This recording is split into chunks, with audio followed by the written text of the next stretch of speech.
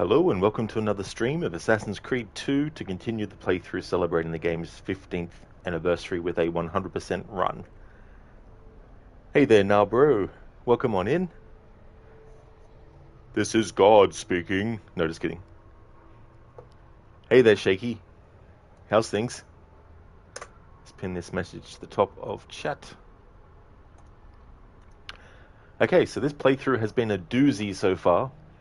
So I started the playthrough doing the Xbox 360 version, playing it on my Xbox Series S, backwards compatible, and basically the save file got corrupted, and so instead of restarting the game again, and then potentially having it happen again, which I can't afford because I'm now lagging in this playthrough anyway, I would have been further along if I didn't have that issue. Anyway, I've now switched to the PlayStation 5 to stream the PS4 Ezio collection version of Assassin's Creed 2. And off stream, I got myself back up to the point in the story that I was on the Xbox 360 version. So I haven't done any more story beyond that point. So people who saw the last stream of this, the point in the story that I got up to in that stream is still where I'm up to at the start of this stream. But I've just simply switched which version of the game I'm playing, and I've already got things back up to where they were in the story. So this is the AC2 15th anniversary save file, and let's load it up.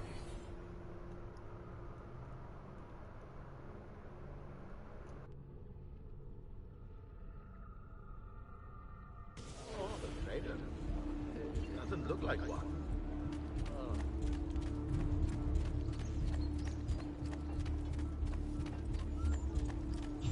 Alright, so I want to get these Codex pages. Fucking hell. I pressed the button way before he pushed Ezio, but whatever, game. They say that new contraption from Padua does wonders to a man's balls, yes?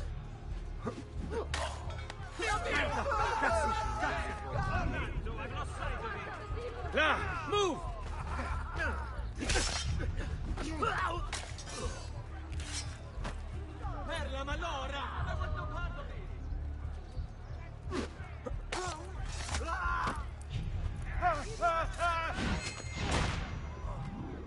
Don't start a fight, you can't continue.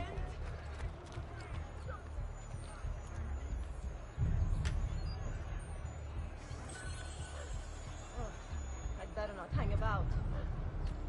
Madre Santa! What I might do for this stream, because I've already done 2 streams with Ezio wearing this color scheme, I might switch him to a different one.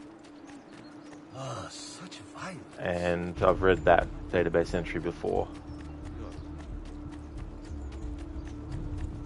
Come, good folk, see the latest designs from the greatest designer, me.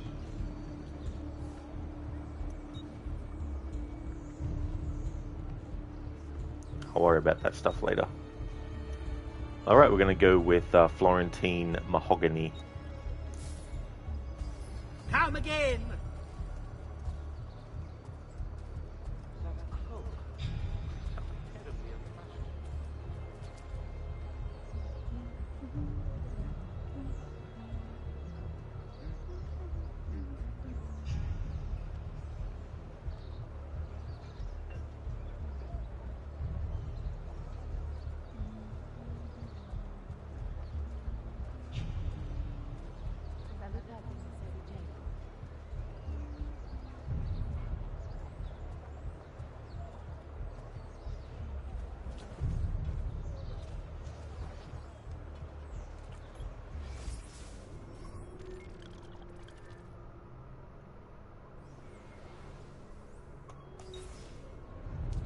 Only the height of fashion is on display. Noble prices for noble wares.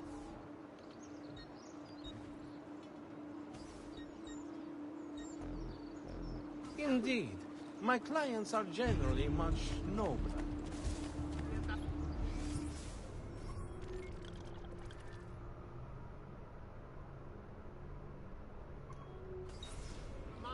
Hey there, Jim.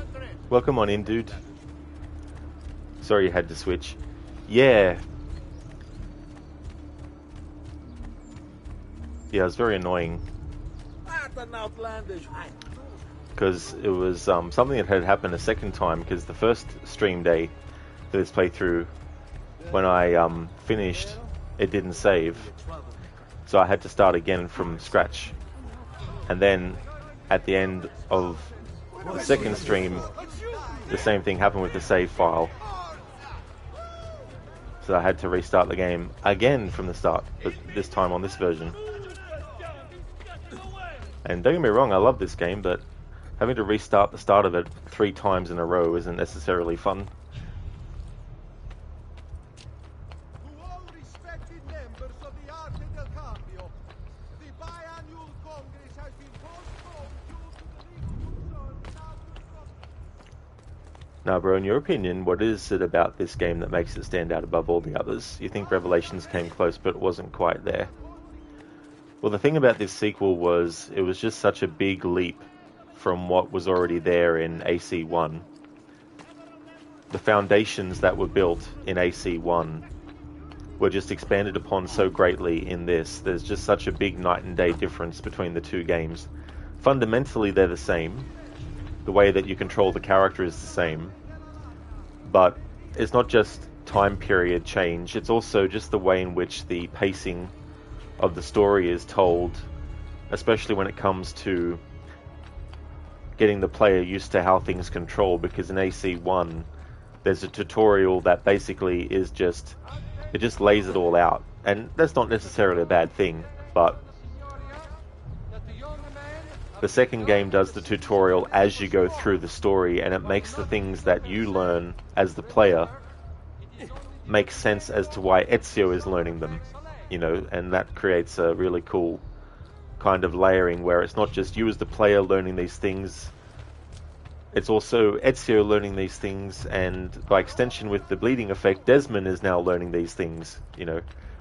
So they just did a much better job at delivering tutorial in this game, and I think the time period, the story, the idea of a character going and getting revenge, you know, things like this, and the music and just the whole presentation really made this game stand out a lot. And when you look at Ezio as a character, the 3 games really give you a big full experience with that character's life. Hey there, Lynch Mob. How's things going?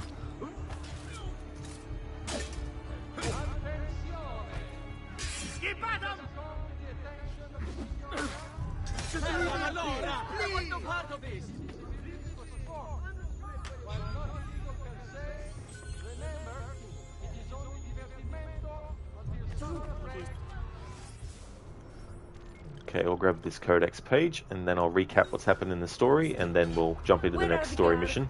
Someone needs to clean this maze. Don't be shy. The Arte del Cambio warns members to avoid the Bentivolios of Bologna.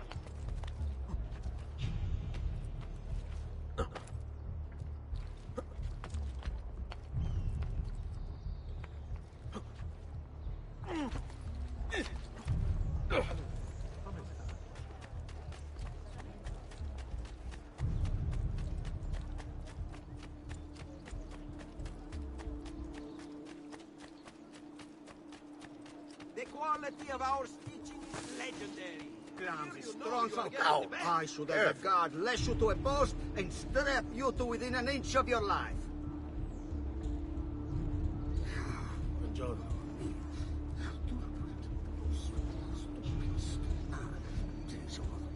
I hope whoever creates those bots has 10 years bad luck, and everything they try to do in life fails miserably.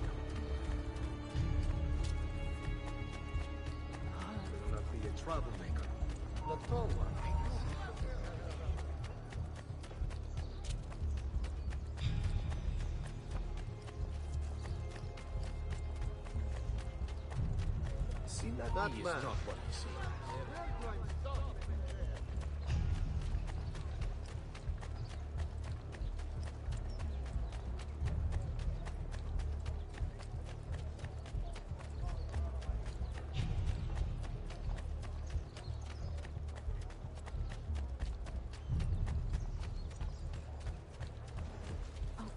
outlandish hood. I'm sure it's a misunderstanding.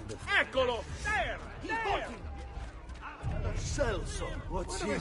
We'll get the bastard! La nazione è too hot for me, merda! Diavolo, this is none of my affair!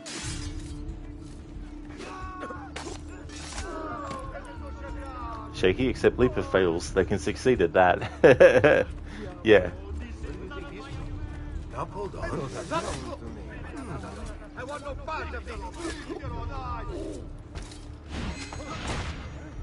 Jimmy always wondered if Ezio had children and if they became assassins as well. Yeah, he had kids. He had 2 children with Sophia, who he meets in Revelations. But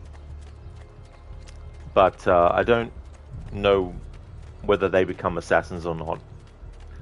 I mean, Claudia is still an assassin, so maybe they went to live, maybe they trained with her.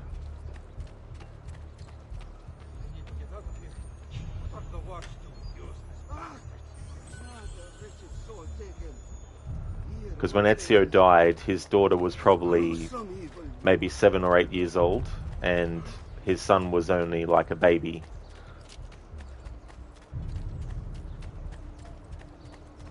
And Claudia, I don't know how much younger she is to Ezio. Maybe 2, 3 years maybe? I don't know, but... Personally, I would like it if Claudia actually became the head of the assassins in Italy.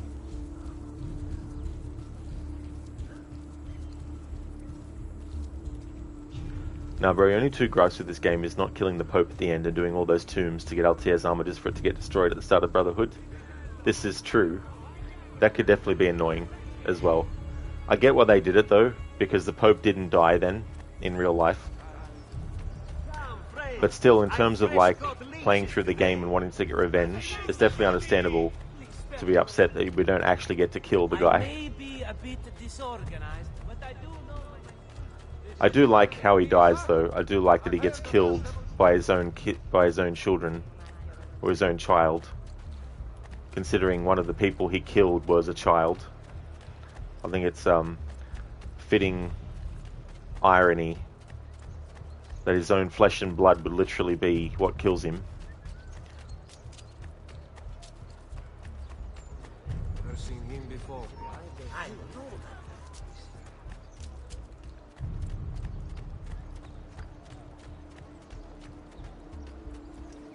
Have a seat, Ezio. You've been running around for a bit.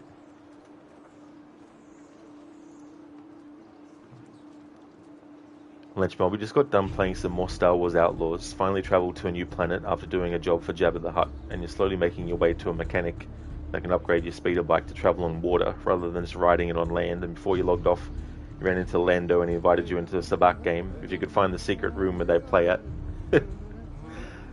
Man, they really did him dirty in that game. Like, no offense to the actor who plays him, but the way that they did him in that game is just an insult, I think, to his character and to Billy D. Williams. Like, yeah. But that's good that you're making that progress in Star Wars Outlaws, and that would definitely come in handy, being able to use the speeder bike on water as well.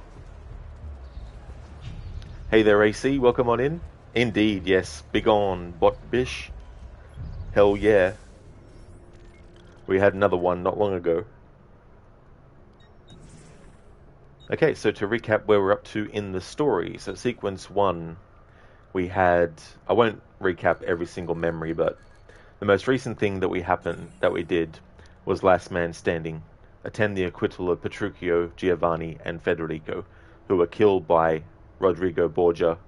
And we've done some things as Ezio, to learn some skills. So we met Paola, learned the ways of the courtesans, and we also reunited with Leonardo da Vinci, and he actually repaired Giovanni's hidden blade, the blade which his father, when he was fighting in Assassin's Creed Lineage, the hidden blade was damaged. And now it's repaired.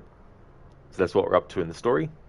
As I said at the top of the stream, I'm now playing the PlayStation Ezio Collection version of Assassin's Creed 2. Off stream, I got everything done that I'd done on the Xbox 360 version. So we're continuing the story where we left off, but I'm just doing it on a different version of the game now.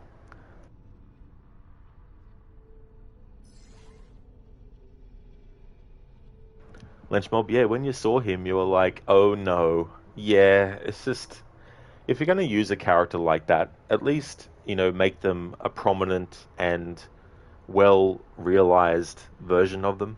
You know what I mean? Like, I understand they can't get the actor back, necessarily, who played him in live action. But still. Thanks for redeeming that, Lynchmob, Arnie movie scene impression.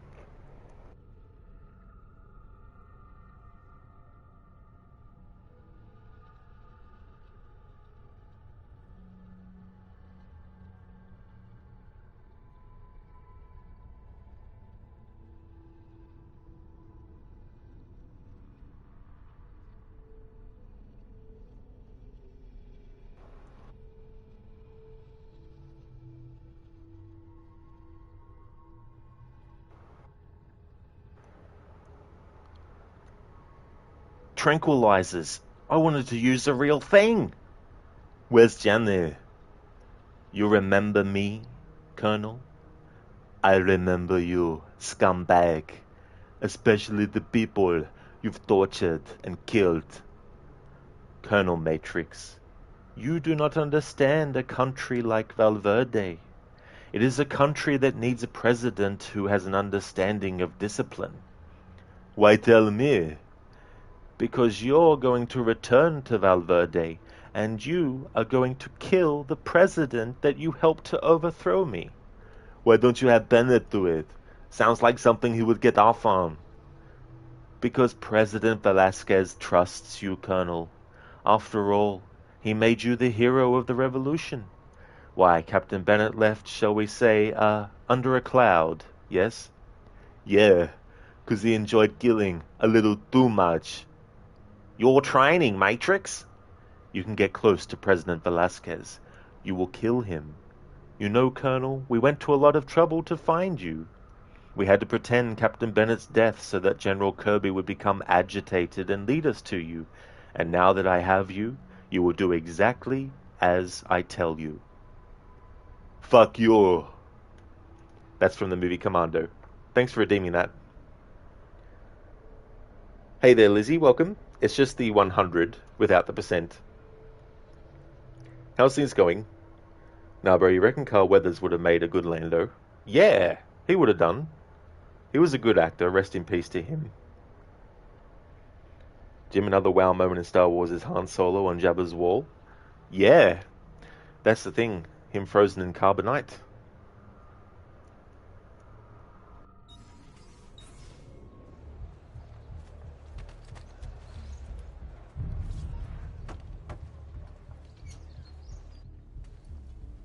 You were gone for quite a while.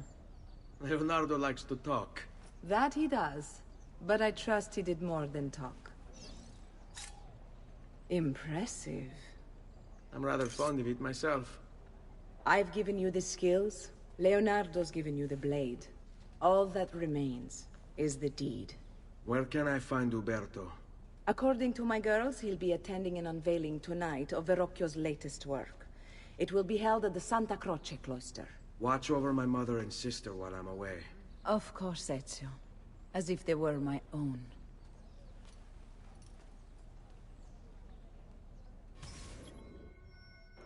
Better facial animations than current Ubisoft. Judge, Jury, Executioner. Visit the art show at Santa Croce, find Uberto, and exact revenge. With pleasure. Uberto Alberti, trusted friend of the Auditore family. According to the history books, this guy was a saint. He prosecuted murderers, rapists, the worst criminals. One of the best lawyers in Italy, he won every case, in spite of the fact that he was self-taught. Now, I found a back door into the Templar's database server. I've been combing it for some kind of smoking gun. I found it. Apparently, Uberto's family was evicted by the Medici Bank.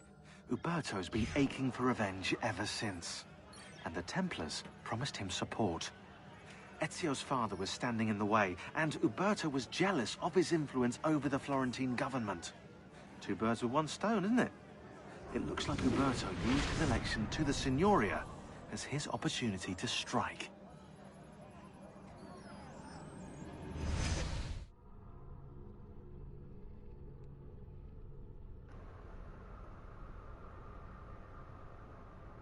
Hello, Ave. It's going well, thank you. Things are going good. How about yourself? Hey there, Senny. Welcome on in, Crooked. Things are going good. How's your day going? Ledge Mob, yeah, your reputation with the Huts is excellent, so you can go in Jabba's palace and look at him frozen mounted up on the wall. Yeah, like, if I do end up getting that game, I'd probably want to get into the favor with the Huts as well, just because I'm a big fan of Return of the Jedi. It's not my favorite Star Wars movie. It was when I was a child, but when I got older, it became Empire Strikes Back.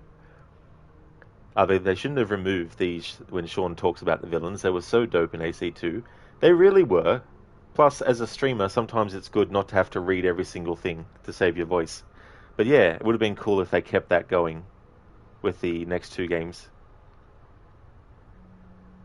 Watching Wreck-It Ralph, Crooked. Never actually saw that movie, but I remember hearing about it. Absolutely, Ozjim, this guy is a scumbag. Uberto Alberti. Date of birth, 1416. Profession, Gonfaloniere di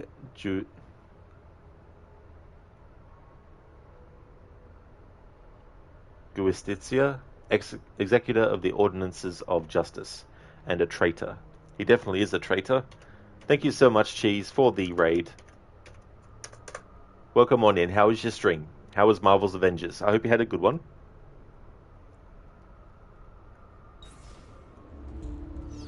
We're prepping to take out Uberto. Cheese stream was good. You got Black Widow now. Oh, very cool. That's good.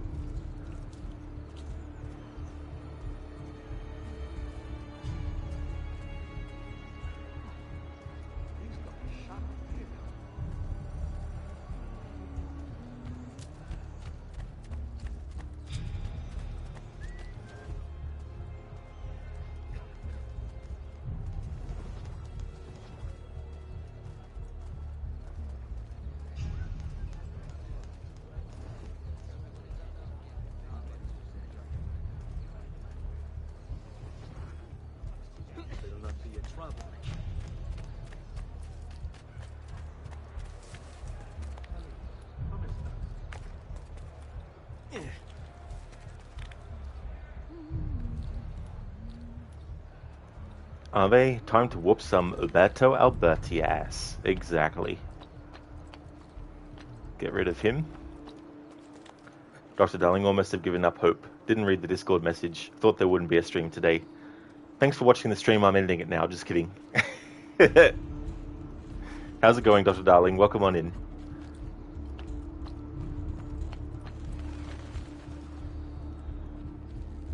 You'll soon sprout fletchings if you don't get down. Drop down!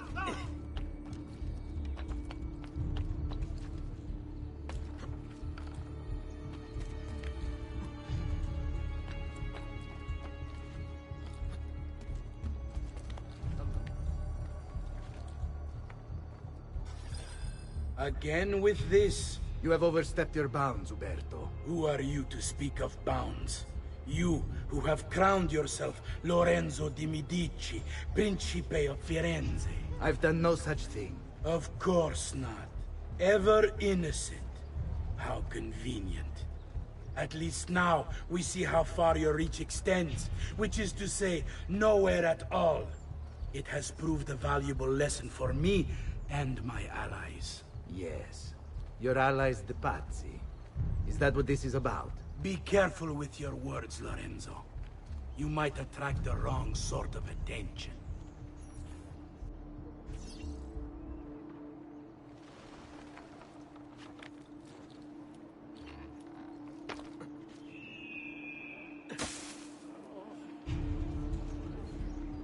Solid. Are they nah, Rod? Dr. Darling, woke up at 7 a.m. Can't believe 8 hours have passed. Well, I hope you had a good sleep. And yeah, that's crazy that it's been 8 hours. Jim Dem, that's rough. You just got here. Now, this will be a very short stream, half an hour. So Lorenzo de Medici is voiced and played also. His face is the same as Alex Ivanovici, and they're his other roles in the series. Lorenzo de Medici, Bartolomeo d'Alviano, Girolamo Savonarola. In Brotherhood, he played Bartolomeo d'Alviano again. In Revelations, he plays Shakulu and Piri Reyes. In AC Liberation, he plays the Letter from Vasquez and Spanish Guard Captain voices. Assassin's Creed 3, he plays Dr. Lyle White, Patriot Scout and Fort Walcott Commanding Officer. In Black Flag, he voices Julian Ducasse. In Unity, the Marquis de Sade and Versailles Party Greeter. And in Origins, he plays Lanista, plus various other ones, and I will eventually get all his names that he played in that game as well, eventually. But it's very sad that the facial animations here are better than the ones in Mirage, but hey, they're only 14 years old apart. This is true, you know. Now, graphically, obviously, these graphics are not highly advanced, but just like a piece of art that might get superseded by better technology and better art techniques, it doesn't take away from the quality of the piece of art. So when they try and recreate that piece of art using newer technology, they might be able to make it look brighter or make it look 4K, but that doesn't necessarily automatically mean that they're doing something that is going to be better aesthetically than the original version, you know. And so gone are the days of carefully curating how things look in a video game. Now it's how do we make this process simplified to the point of assembly line production, get it out and done quickly. Minimum effort, maximum profit, potentially, is what they go for now. These older games had more soul, blended both art style and graphics. This is true, you know, and storytelling in this game is very, very high quality as well. Like, you could take this story and do an audiobook version of it, and it would still be very effective as a story.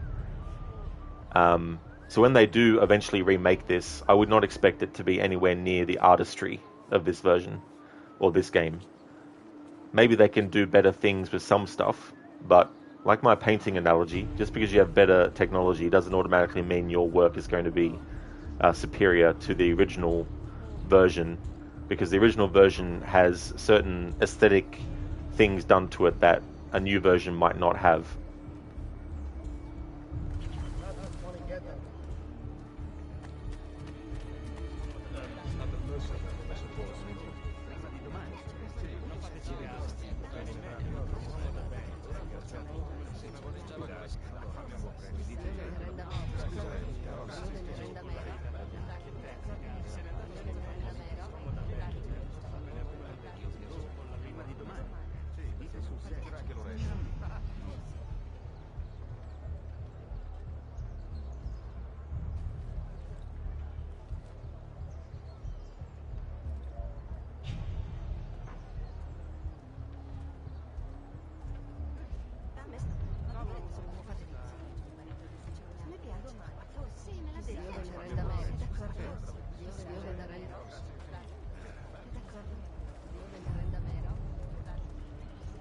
Funny clothes.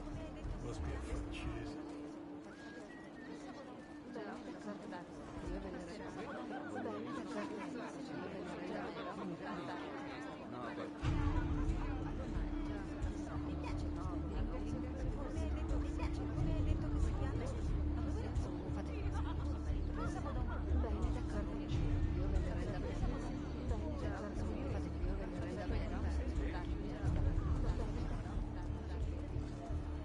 Another southern imbecile.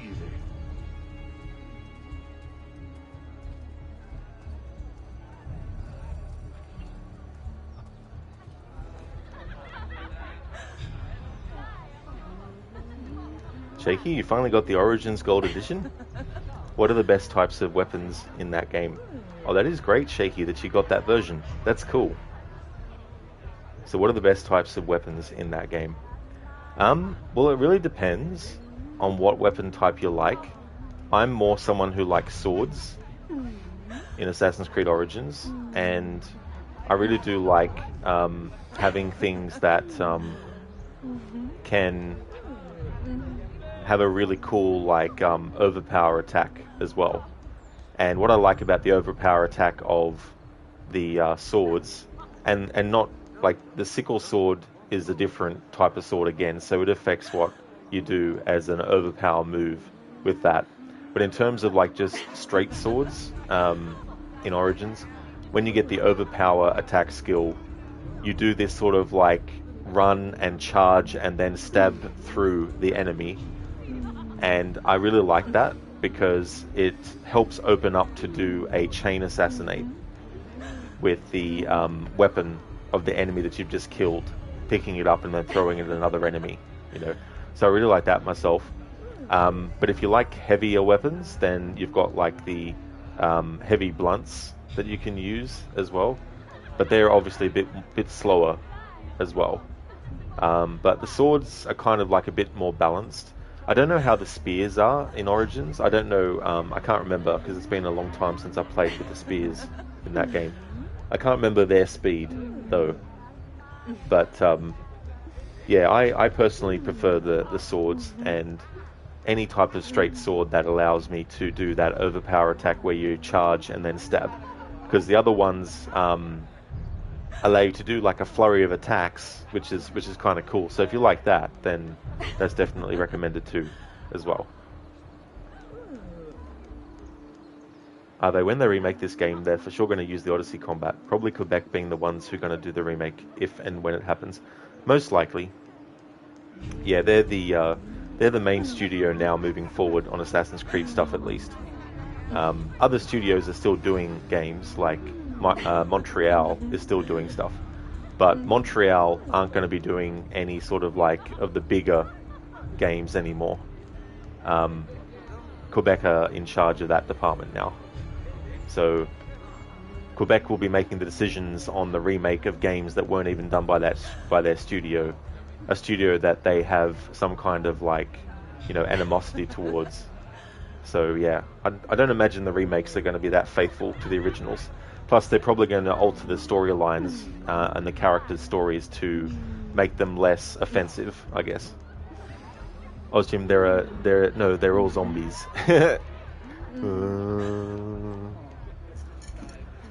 What the fuck are you doing, Mr. Auditore? You are here to whoop the ass of Alberto Albati, not dance in the midst of crowds. This ain't Let's Dance, Ezio. Shut the hell up, Brian. Ezio's therapist told him it helps him with the trauma. You do know he lost his father and brothers, right? Womp womp. Oh, sorry. Just couldn't resist it. Thank you for redeeming those impressions, Ave. How dare Ezio dance at a time like this? What are you doing, Ezio? Yeah, Shaky. Yeah, so the sickle sword, they're sort of like curved, or sort of like a S-shaped in a way kind of sword, I think, from memory.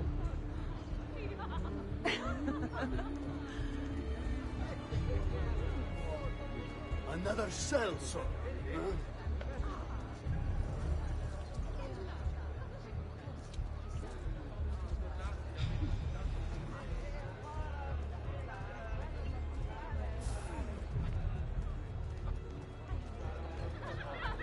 To unwind?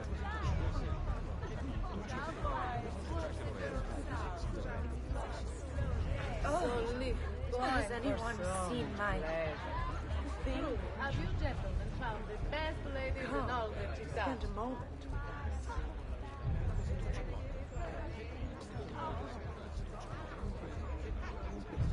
Thanks, game, for making 2 new guards just spawn in there. Thank you very much. So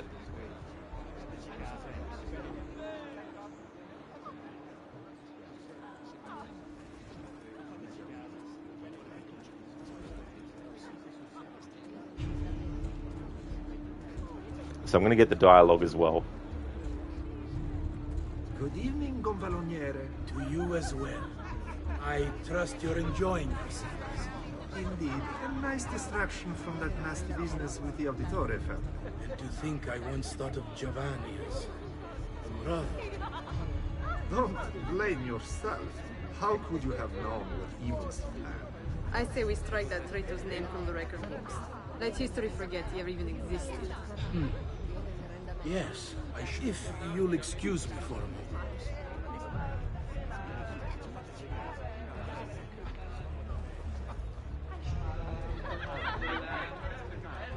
Uberto! A moment of your time? Anything for you, Beatrice. So, tell us, how does it feel to be a hero? Please, I am no such thing. As Gonfaloniere, it is my duty to ensure that the city of Firenze remains a shining beacon of justice. Corruption and its ilk shall find no purchase here so long as I am in control. You are a treasure, Uberto. I hope Lorenzo recognizes that. Yes, our great leader, Lorenzo.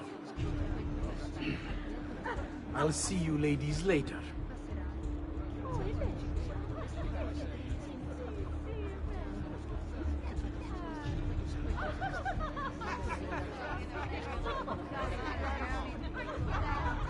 Ah, Uberto, there you are.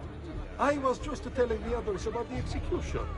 I mean, no offense, but what if they did not act it out? You can rest easy, friends.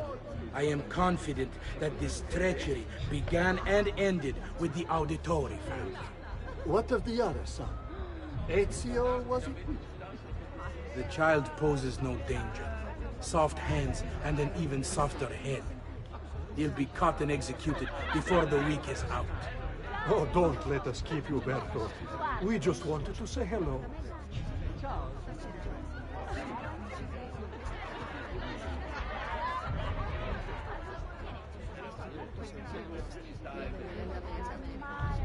Evening to you, Gonfaloniere. Is everything to your satisfaction? Do you even need to ask? Of course. Accept our thanks for this evening and for helping to keep Firenze safe. I always had my doubts about the Auditore. Where did the family even come from? To gain such wealth and prestige in just a single generation. And the children with their odd names, always making trouble. No surprise given the company their father kept. Whores and thieves, I swear it. Indeed. It is clear now he sought to undermine the city, to overturn all we've worked so hard to build. But thanks to you, that's over now.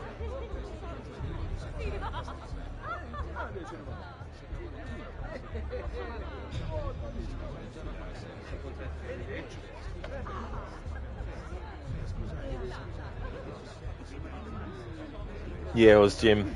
I saw that coming too. You gotta love when the game does stuff like that. Hey there, Les Minaj. Welcome. You thought there wasn't going to be a stream today. Definitely understandable. Yeah, I had other plans today, and so it was going to be a late start for me. So I started about 9:30 at night. How's it going?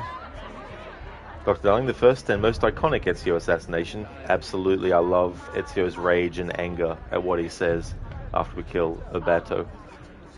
So there's some extra dialogue that if you wait a bit and different people go up to him to speak, you'll get some dialogue and mentioning about, how did the Auditore family in a single generation become so powerful and so influential. And part of that is because the Auditore name was actually not something that was originally a birth name given for Ezio's family. Essentially, his great-grandfather, Domenico Auditore, he's the one that built the statues under Montelegione that we'll find later and all that kind of stuff. And in the Auditore family crypt, you can actually read about the origin of how Ezio's great-great-grandfather came to be, and the assassin in Assassin's Creed Unity that you fight in the prologue of that game, and also you can get the outfit for, Tomar di Carnelian, he actually had ties with Ezio's great-grandfather as well. So all that stuff would have been really cool to explore in like a game that is, like a side game or something. Dr. Darling, you thought of an AC2 redemption. Shall we take a look at the book? 50,000 points and you spend 10 minutes looking at the upgrades menu. Yeah, maybe for next year's playthrough I could do something like that, because I don't have the time really. But that would be funny, I guess. But I don't know though, because that's 10 minutes that people who aren't interested have to put up with seeing that for 10 minutes. I only did it for the Alliance map because it was part of a meme that I wanted to keep on going as well. But I mean, maybe I could make it that when I know I'm going to go on a break, I can put the channel point on there and maybe make it something for a break in the future.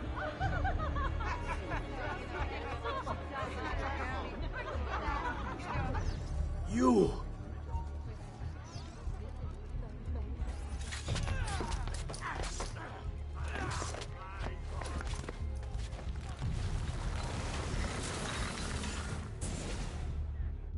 You would have done the same. To save the ones you love. Yes, I would. And I have. The Auditore are not dead! I'm still here! Me! Ezio! Ezio Auditore!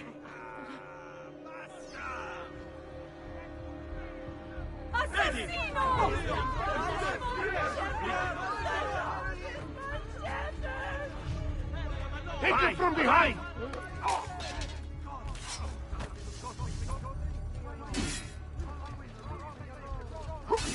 Please, I will just go away.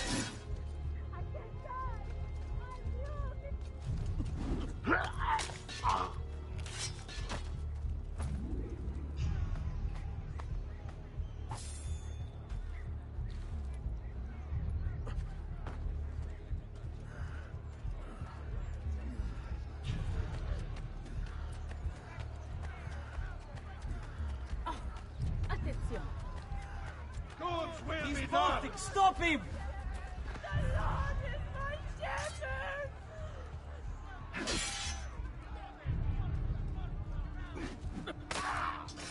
Assassino! Kill him right here!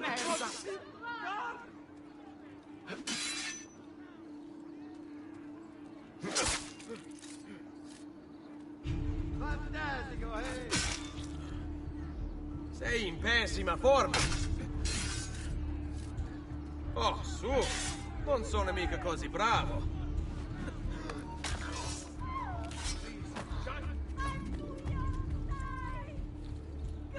Please! Non uccidetemi! Watch out! Ma! Tutti pazzi! Cazzo che...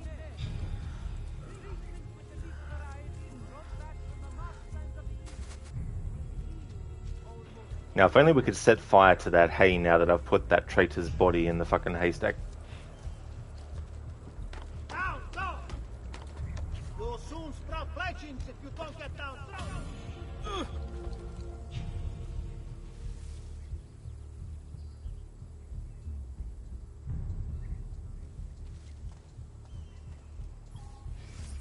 Indeed, Dr. Darling, Ezio wins fatality.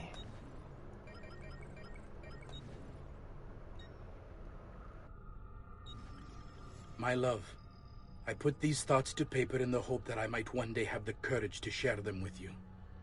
In time, you'll no doubt learn that I betrayed Giovanni, labeled him a traitor, and sentenced him to die.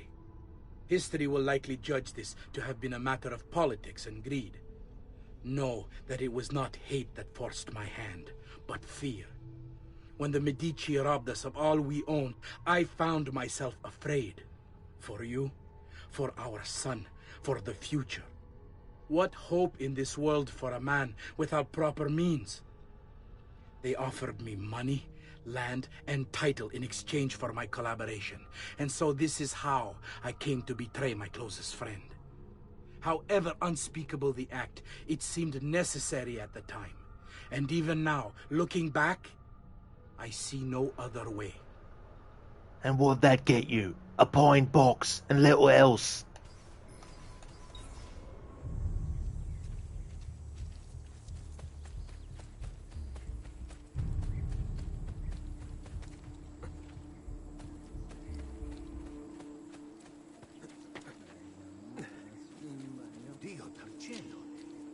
hurt someone.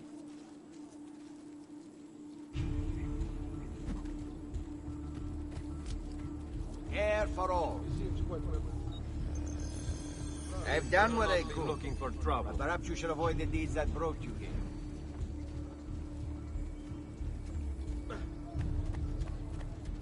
I'm sorry. Jeez. Nothing mercenary, I suppose. That clipping through the ground that happened. Funny. Seems quite well armed. Go away. He seems quite well armed, no? Indeed, Marcel Gianin.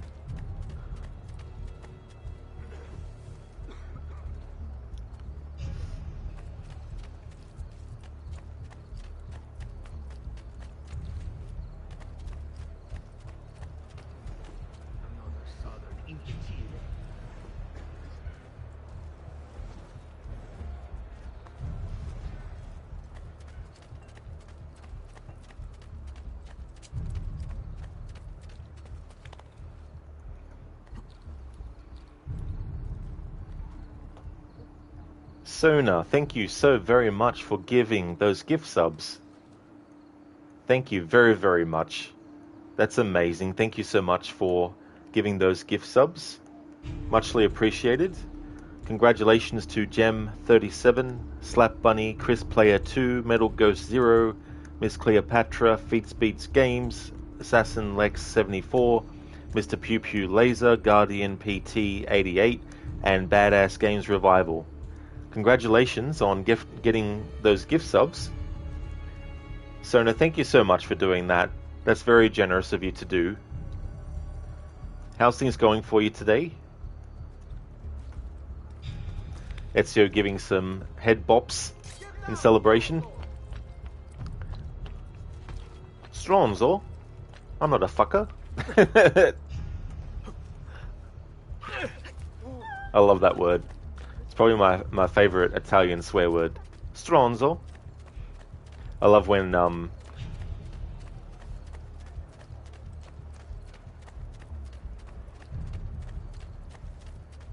Antonio later is like, what are you going to do? Kill the poor Stronzo? Thank you very much, Sona. How's things going for you today? Shaky, thank you for redeeming the Leap of Fail. Thank you very much. Leap of Celebration. Hell yeah. Now where is he from? That could be...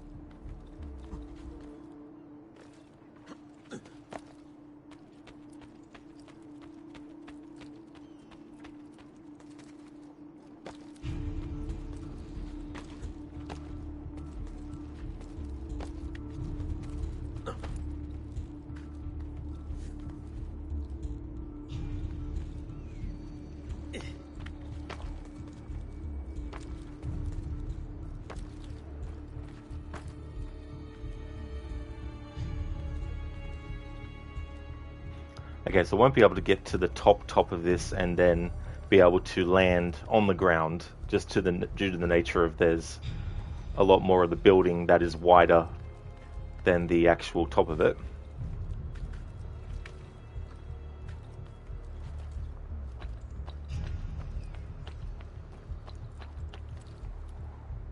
So I'll do it from the top of this tower instead.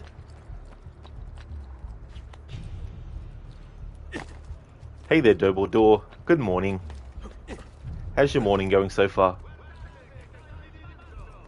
We just took care of our first main target. Going to be doing a leap of fail.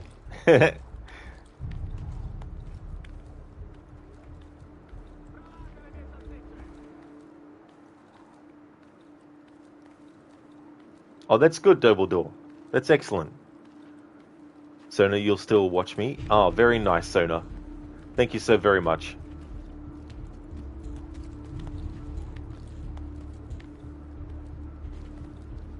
Dumbledore, did I finish Tomb Raider games? Not yet, no. I finished Tomb Raider 3, though. So on Monday, I'll be starting the 4th game, The Last Revelation. Which is actually my favourite one. Leap of fail time! I'm not going to do it from that perch, because even if I do it from the perch facing this direction, the game will still suck Ezio into the leap of faith vacuum. Alright, here we go.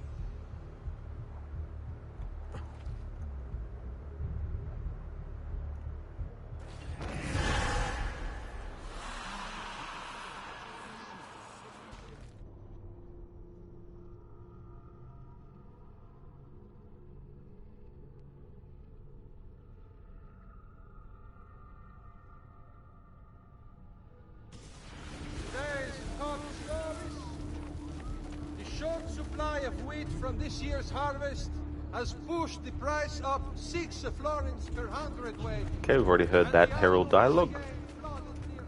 Dumbledore, this climbing makes you fear of heights. Oh, yeah, that'd be really freaky. Especially if you're playing a game or watching a movie or seeing a game being played where someone's going up real high. Haven't I seen you? He's here! That was it.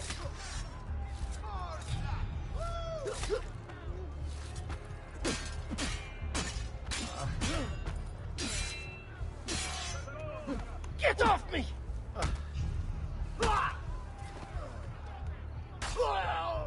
want no part of this evil! Oh! Indeed, Shaky. The faith vacuum. Have faith in it. Ozjim didn't watch and stomach still turned. Oh, really, Ozjim? Yeah, that'd be a really, really sickly, ickly feeling. Hey there, Coffee. Assassino. Si. Got you! He's there, on him! How's things going, Coffee?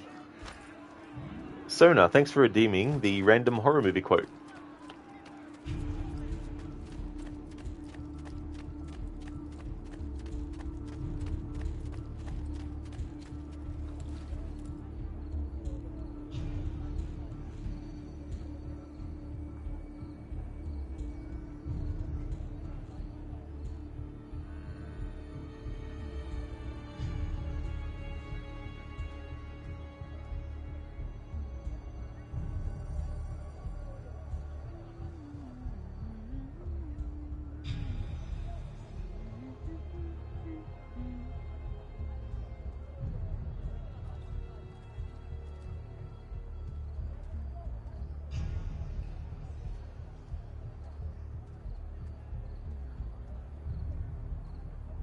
Okay, so I've got a horror movie quote.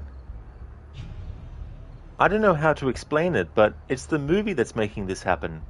She's right. She put on that mask and scratched herself. Get it? Because of that scratch, she became a demon. An instrument of evil. Like they said in the damn movie, you heard it.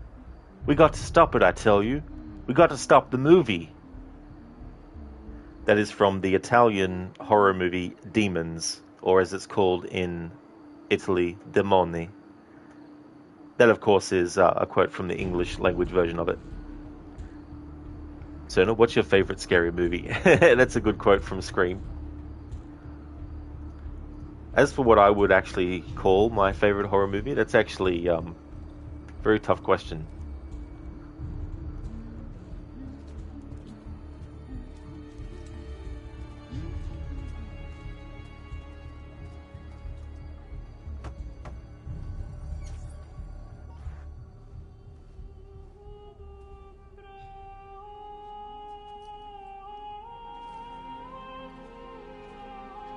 think it's best I leave Firenze. Where will you go? My Uncle Mario owns a villa near Monteregioni. You're still a wanted man, Ezio. What would you have me do then? I've seen posters all across the district. Tearing them down will help the city forget your face. No doubt the heralds also incite the public. Bribe them, and they'll speak of other things. Or you could hunt those who bear false witness against you. They traded dignity for coin. Their loss would not be mourned. Do any of these things, and you should be free to leave. Laying low. Reduce your notoriety by removing posters, bribing a herald, or killing a corrupt official.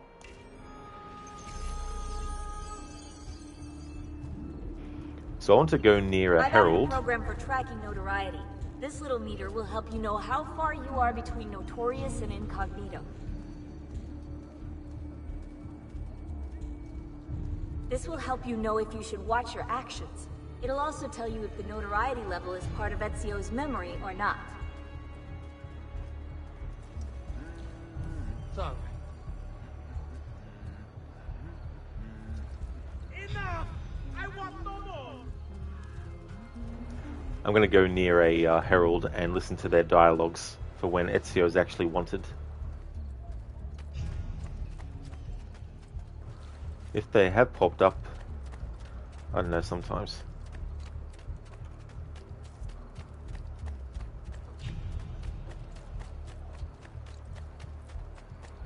These just posters are official. Where is the herald?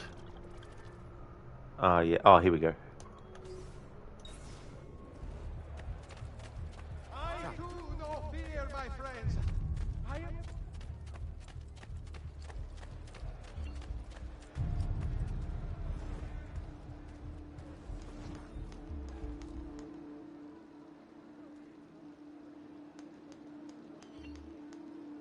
Dare we bargain with the wolf that eats our sheep?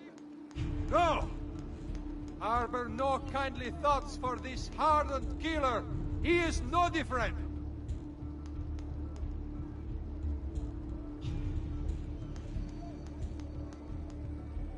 You must be of one purpose, aiding your stoic watchmen.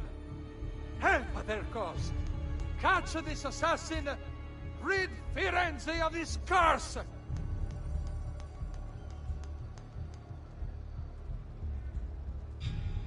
Fear this evil, wild, rabid animal. He kills any who cross his path indiscriminately. He must be brought down. Ora!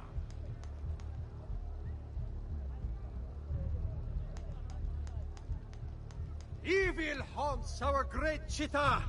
He mocks all the good, God-loving values that are the core of our lives. Cast out this demon!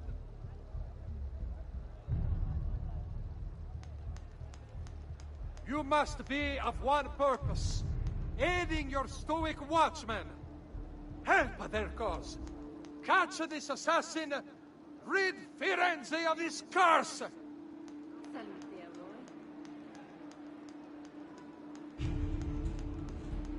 Dare we bargain with the wolf that eats our sheep? No!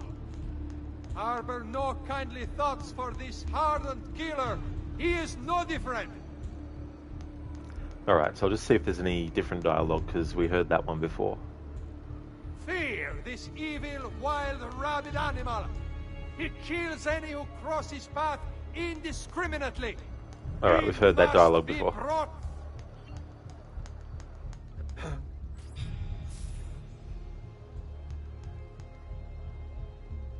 Attenzione! It has come to the attention of the Signoria that young men have been climbing the city's buildings for sport.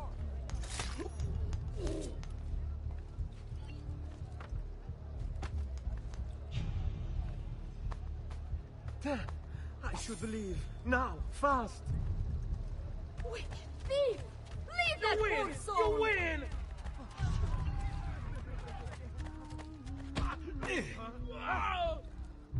Insomma, what's To wrong hell with with this! Storto? Let go!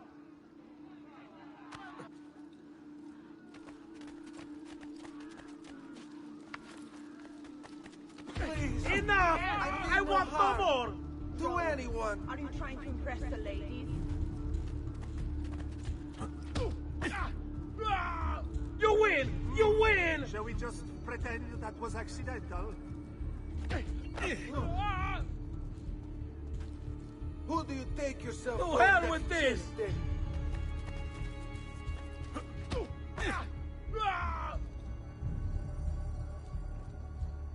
Enough! I want no more!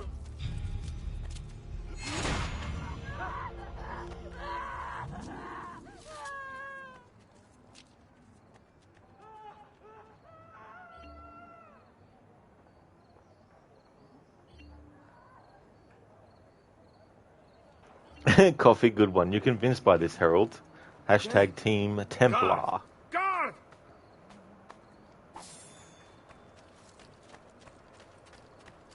Bring me your sick and... Bring me your sick and wounded. wounded. Wounded. Wounded. Wounded. Wounded. Wounded.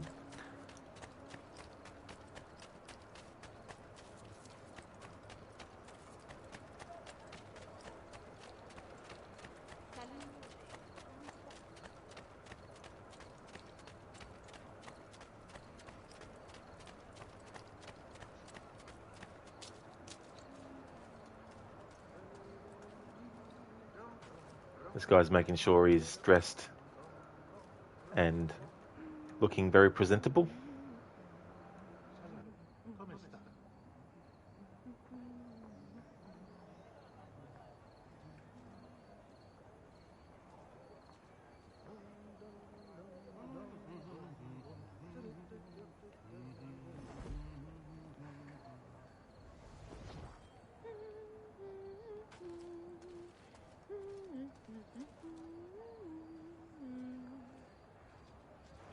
Hello, Mophead.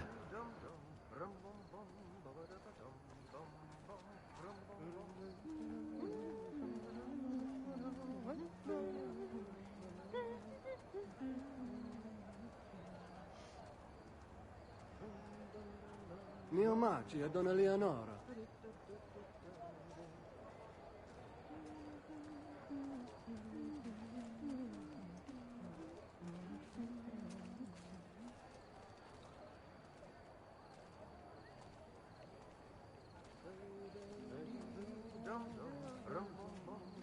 Gargamel, what are you doing here? Don't you have any Smurfs to try and kill?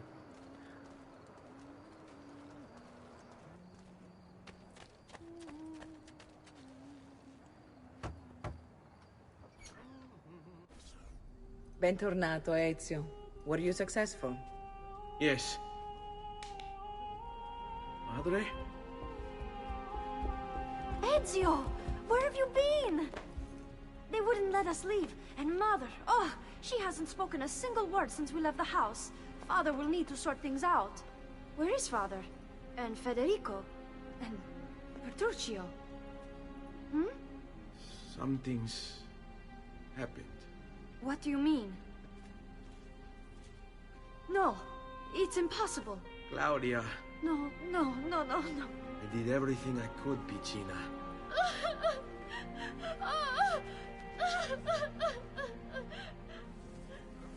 Listen, right now what matters is getting us all someplace safe. But to do that, I need you to stay focused. Do you understand?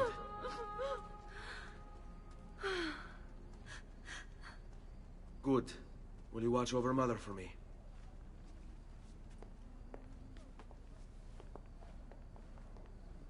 Then we are ready. Thank you again for everything. Stay safe, Ezio. Stay vigilant. I suspect the road ahead is yet long.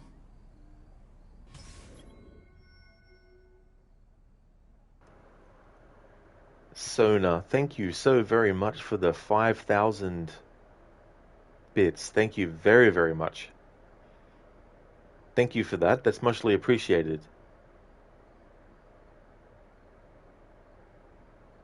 Coffee, she is fast to work in a brothel.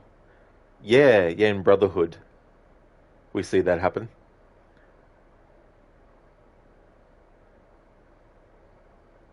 So you wanted the next bit color. Well, very nice. Thank you so much for your generosity.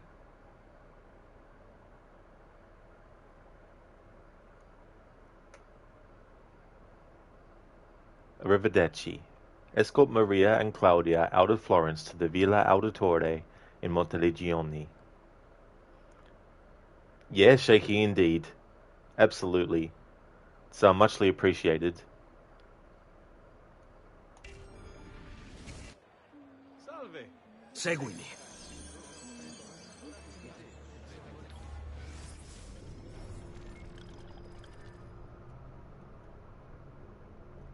Okay, so we've already read Claudia's database entry.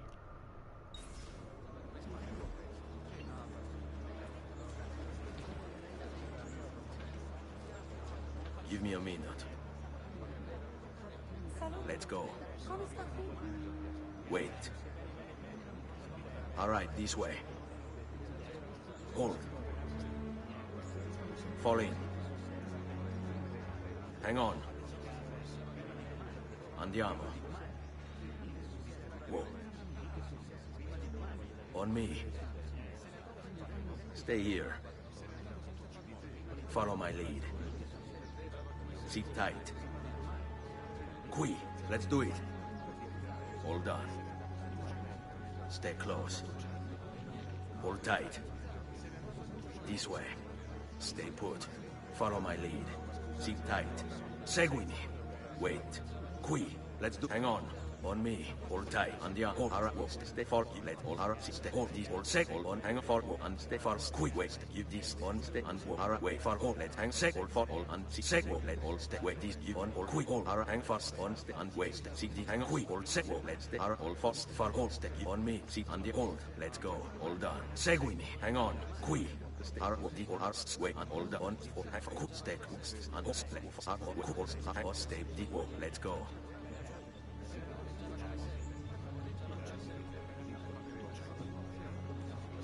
I've never thought of doing that before. If only I could combine it with the head bop. Because he does the animation for turning around and everything. I can't actually have him do the head bop and the audio. Thank you so much, Sona, for the support. You know, it's muchly appreciated. Shaky, that's got to be a sound command. Stop.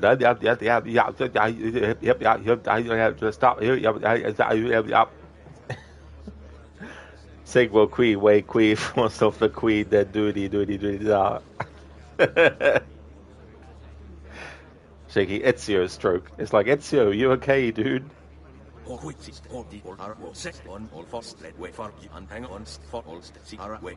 Yes, sir, I never thought to do this before.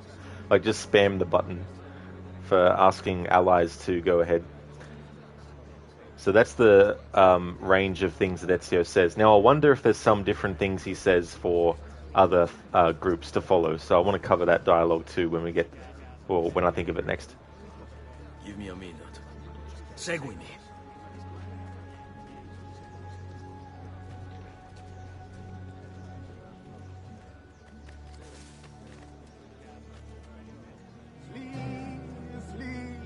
Verminous watch, he'll not abide your lies. Run, run till you fall in despair as he dances, each of you dies. 'Tis a tale of death by blade, vengeance in the night. One by one they are repaid, their fates are sealed by right. Somewhere on a rooftop, there's a hero in a hood. Fear him not, lest you who have sinned, for his cause is good. Onward you shall slay, good sir, forever taking heads of those who've done their foulest deeds and lives impious led. In times of greatest sorrow, when the tyrants rule the land, He strikes from deepest shadow, he is fate's avenging hand. Flee, flee, O verminous watch, he'll not abide your lies. Run, run till you fall in despair as he dances, each of you dies. Is a tale of death by blade, vengeance in the night. One by one they are repaid, their fates are sealed by right. Thought I'd grab the herald, not the herald, the what do they call them? Friggin' minstrels. Get some of the minstrel songs. DJ Burr, thank you so very much for the follow. Thank you for that. Cheers, Sona. Oh, that's all good, Shaky. Yeah, there's no worries at all. I can also go to my clips manager, and any clips that someone makes, I can actually see it in a clips list, so I can, grab the clip and stuff. It's only really like if you've got an actual link to a website that you want to put in chat, that I'd probably ask for a DM. But yeah, whenever I'm just guessing. I had a feeling that it was a clip, but I go there to check first anyway. Wonderful, glad you can access it easily. Yeah, it's really cool, because what you can also do, if you want to find clips that people have done, you can just go and search by category, as long as obviously, as the streamer, you've set the category for your game. Plus also clips that I've created across multiple different people's channels as well.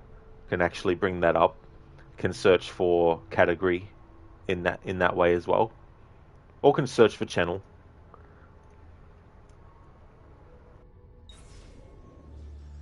Onward you shall slay, good sir, forever taking heads.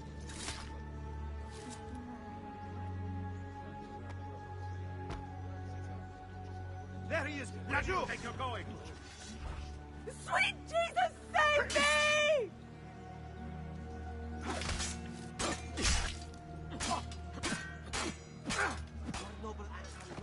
God, the Lord is my shepherd! The Lord is my shepherd! Sweet Jesus, save me! Don't save! Sweet Jesus, save me!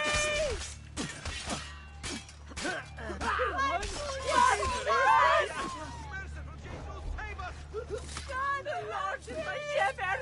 The Lord is my shepherd! The Lord is my shepherd! The Lord is my shepherd! God, I love you! I've been a good woman! God, the Lord is my shepherd! The Lord is my shepherd! Whoa. All right, this way.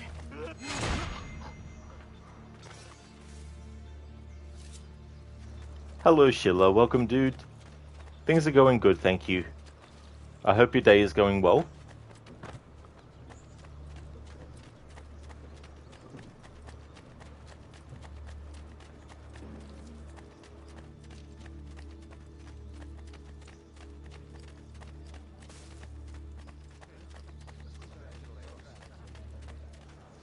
Oh, nice, Sheila. You're in the garden a bit. It's good so far? Oh, excellent. That's great. That's good to hear. I hope that the weather is good for being outside as well for you today.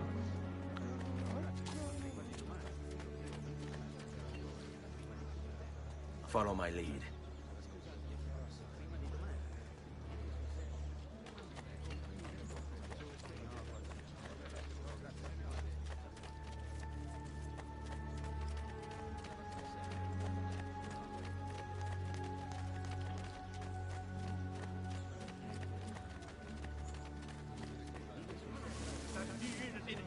So far, here comes the giovane signore, whose prowess he great rear their heads, their souls are Hosanna. I've got three at once, so it's a bit hard to hear the dialogue of them. Here comes the giovane signore, whose prowess he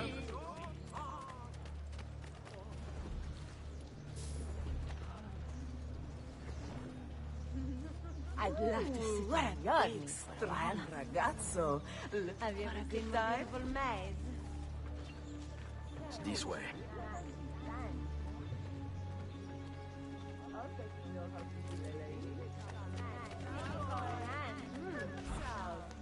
Ciao, then. Stay here. Andiamo. Fine, you can all come with us, I guess.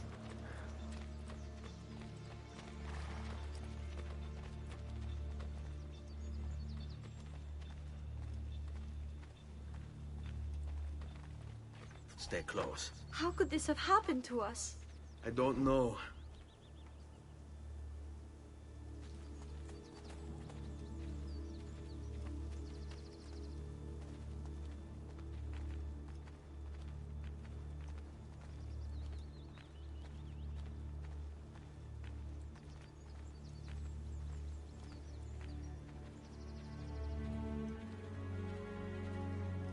Will we ever be back?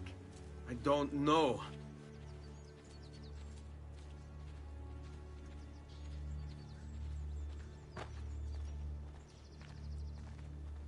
Sit tight. All right, this way.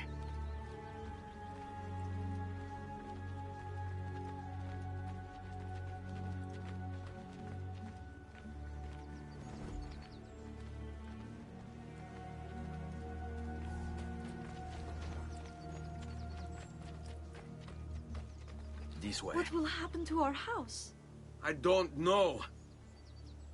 Were they given a proper burial? Yes, they were.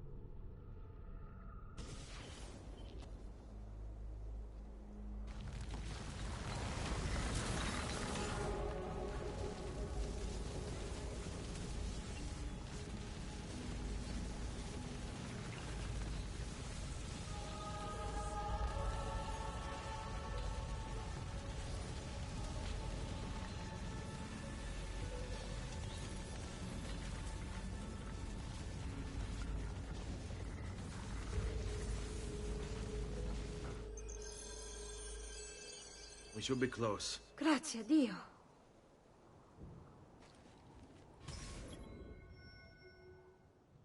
Now, bro, 15 years and looks better than 90% of new gen stuff. There's certainly a lot about Assassin's Creed 2 that aesthetically is still really good. The attention to detail in a lot of the architecture and also the clothing and things like that.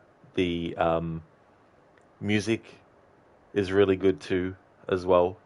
Even though it is possible to do better, more advanced facial animations, the quality of the facial animations, especially for when the game came out, are top-notch. Code, this scene makes you think, the "Are we there yet" skit? Are we there yet? We just started the trip. I know, but are we there yet? How's it going, Code? Nah, bro, Roger Craig Smith, 10 out of 10. Such a great voice actor. He really, really does a great job with this role. It took me a long time to actually realize that he also voiced Chris Redfield in Resident Evil 5 and Revelations 1, as well as Resident Evil 6. Cheesy. Ezio, how angry are you? I don't know! Stop asking me questions! Now, bro, who is Desmond? Who are you? Lizzie, don't rip, jerk. Don't rip. Who's that too, Lizzie? Dr. Darling, you think he is in Revelations 1, 2? Yeah, I said Revelations 1. Roadside assistance. Escort Maria and Claudia to the Villa Auditore in Monteleggioni. Andiamo.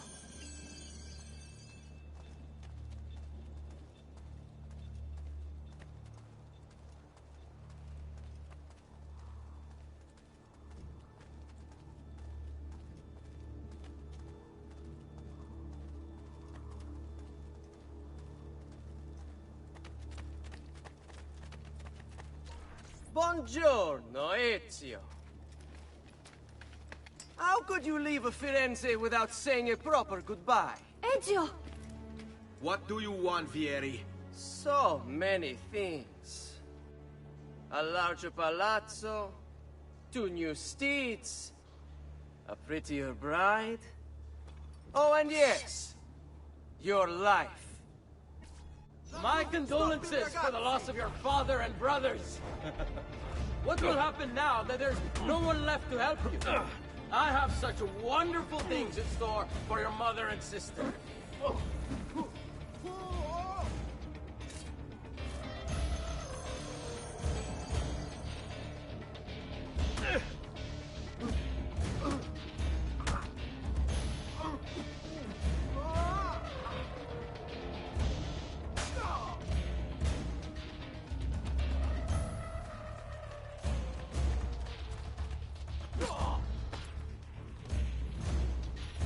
I grow tired of this game. Finish him, and do not spare the women. What sorcery is this? Not sorcery, boy. Skill. Show yourself. As you wish. Here, use this. Kill them! Kill them all!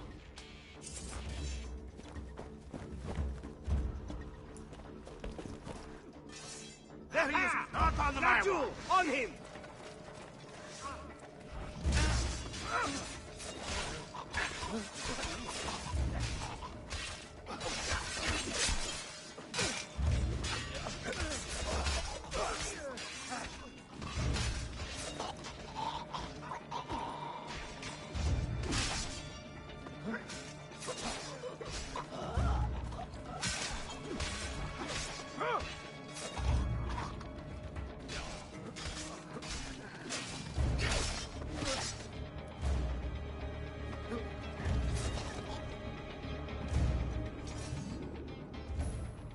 You have my thanks. Keep the sword, Ezio. Do I know you from somewhere? Don't you recognize me? It's a me, Mario! Uncle Mario? It's been too long, Nipote. Far too long. I heard what happened in Firenze. Terrible. Come, let's get you all away from here.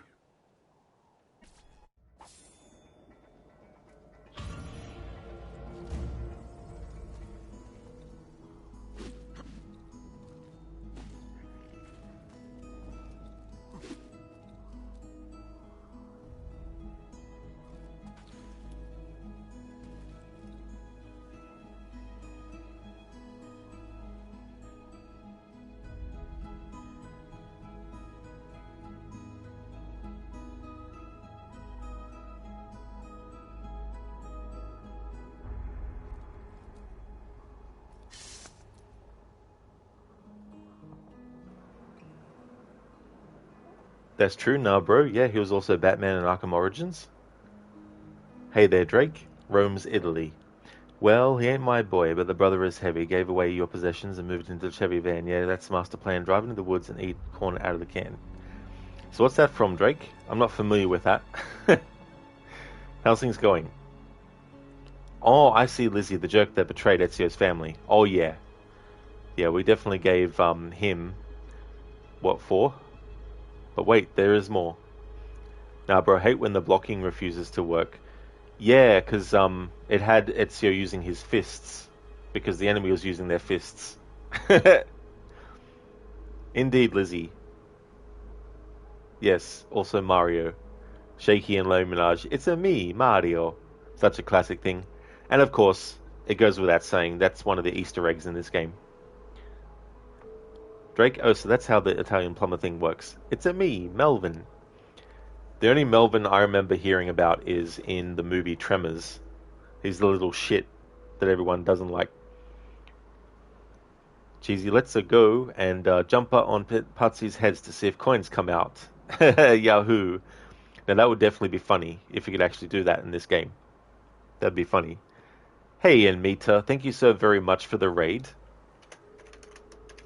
Really do appreciate that a lot. How was GTA 4?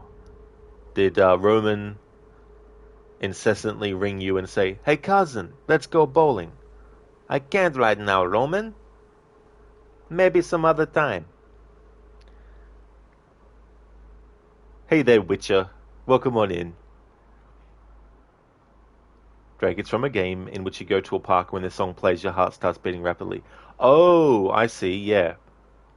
That's right. I've never actually looked up the lyrics to Gone Guru. I've only ever listened to the music.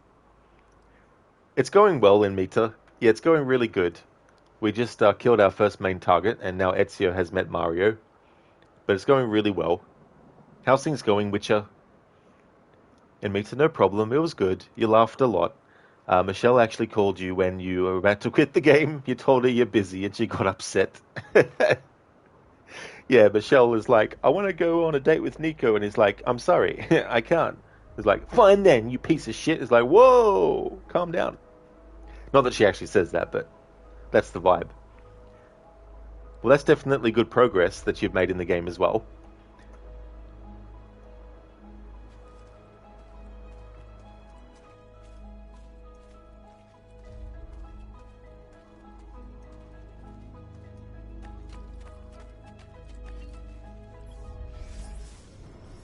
Alright, Monteregione.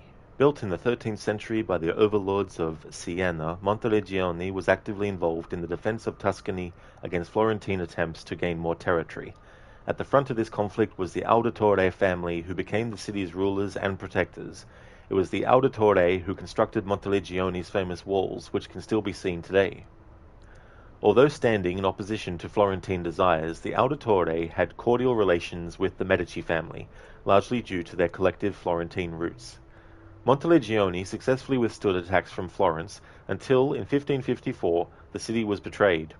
Giovannino Zetti, the keeper of the garrison and a Florentine exile, was allowed to return to Florence in exchange for the keys to the city. Extraordinarily, the Auditore were allowed to continue their rule of Monteregione under Florentine leadership, showing that the Medici do not forget their friends.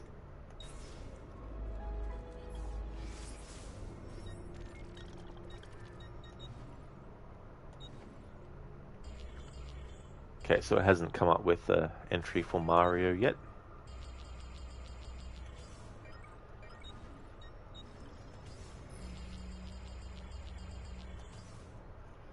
Drake, want to know who the true hero of Dead Rising is? It's the guy who planted the trees in Leisure Park. True story. Yeah, because they don't get damaged at all. They can withstand a hurricane. That's how good they are. In a hurricane, they wouldn't even move.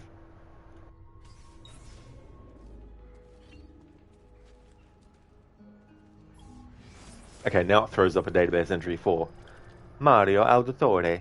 Date of birth, 1434. Profession, condottiero and noble.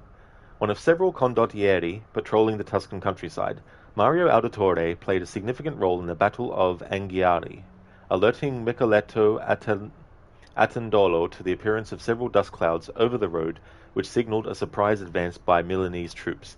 Thanks to Mario, the Milanese attack was foiled and the Florentines won the battle. Although Mario sided with Florence in Anghiari, for most of his career he defended the interests of his hometown Monteregione, derailing Florentine attempts to seize Tuscan territory.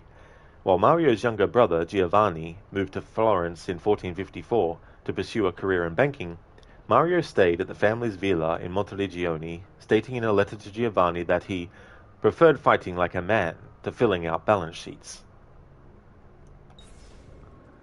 And no wonder why he would want someone like Claudia to look after the books, because he doesn't have time, nor the interest in that kind of stuff.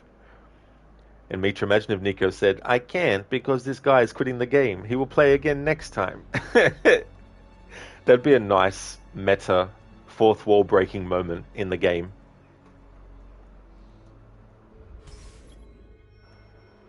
Casa Dolce Casa. Explore the Villa Auditore with Mario. So, tell me everything. They executed father for treason. Federico and Petruccio too. And they came for me. Do you know why? I have no answers, Uncle. Only a list of names taken from a man who wished me dead. I still can't believe they are gone. Don't worry. We will make sense of this. I wish I shared your optimism. Come on, keep pace. We're almost there. I think you will find much to like in Monteriggioni. I thought Monteriggioni was an enemy of Firenze. For now. Next year it will be its friend, the year after its enemy again, and on and on. I cannot keep track, so I have stopped trying. These are honest, hard-working people. Our shops may only carry simple goods, but they're well-made and dependable. There is a chapel here, too. The prete seems a nice enough fellow, but I've never been much of a believer. Did you know the Villa Auditore is almost 200 years old? It was built by my great-grandfather, a strange man who carried all kinds of secrets. Keep your eyes open, and you might discover a few of them yourself. With all the fighting that's been going on, this place has started to get a bit rough around the edges. I wish I could do something about it, but I just don't have the time or money to fix things up. Guess that's life, huh? Here we are. Casa Dolce Casa. So, what do you think? It's most impressive, Uncle. She's seen better days, I suppose. Believe me, I'd have her shining again if only I had the time. Now that you have had the tour, Nipote, you should go and outfit yourself. My men in the market are expecting you. Return here when you're finished, and we'll begin. Begin? Begin what? I thought you'd come here to train. No, Uncle. I came here to escape Firenze, and I intend to take my family further still. But what about your father? He'd want you to finish his work. What work? My father was a banker. Wait, he did not tell you? I have no idea what you're talking about. Ma che me combini, Giovanni? Where to even begin? Go and fetch the gear in the market. It will give me time to think. But that's that. We'll talk more later. Some spending money should you need it. And if you find yourself in need of rest, I've prepared a room for you on the top floor of the villa.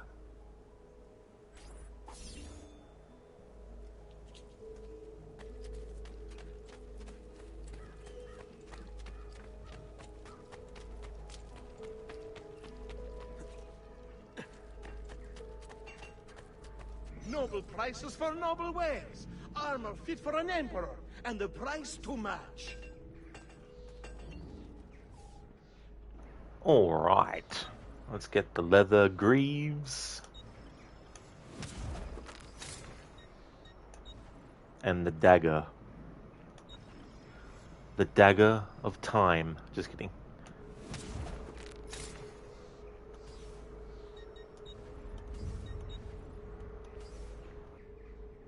No offense, but I didn't think you had the money.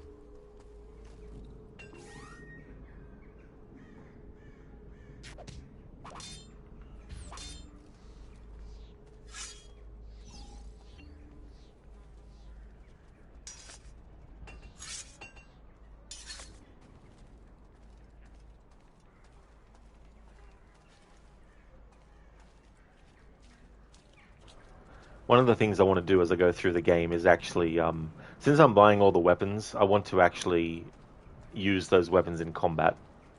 Instead of just picking what I normally just stick with for the whole playthrough. But I won't do a thing where I'm like, right, I'll buy all the weapons, now I'll go through each one. As I get each weapon, I'll go through and just like, fight enemies and stuff. And show what's what with those weapons. Come, amici. A weekly bleeding is part of a balanced, healthy lifestyle. A weekly bleeding.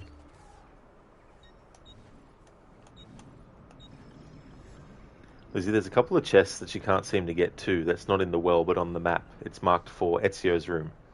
Oh yeah, I could actually show you those. I think at when it lets me actually explore the inside of the building. I think. Farewell and swift recovery, amico.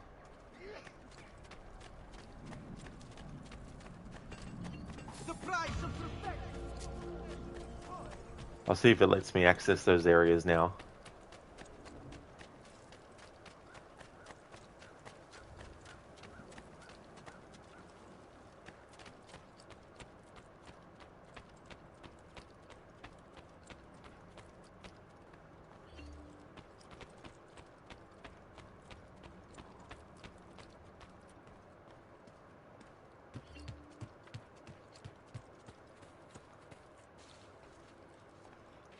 Alright, Lizzie, so if you go into the feather room,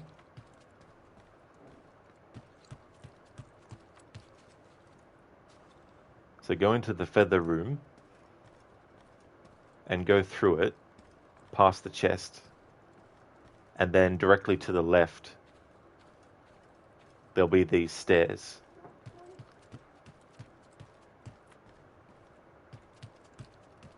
Which leads to a ladder, which takes you up here, where the portraits go when you actually kill a main target. Their portrait will appear in this room.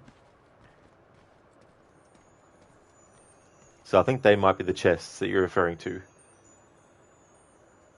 But I don't know, maybe you've already got those particular ones. Hey there, Wayne. How's things?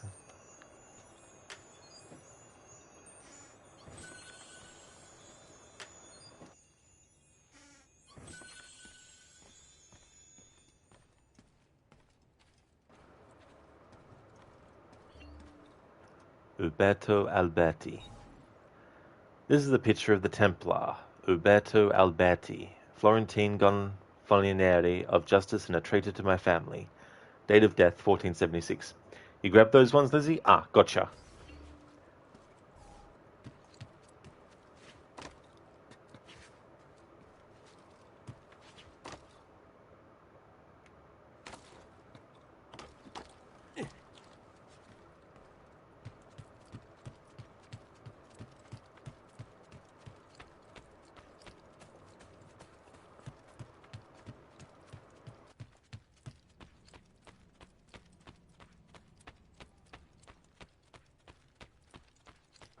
So I'll be buying all the paintings as part of this playthrough, and I'll also be interacting with them to read up on them.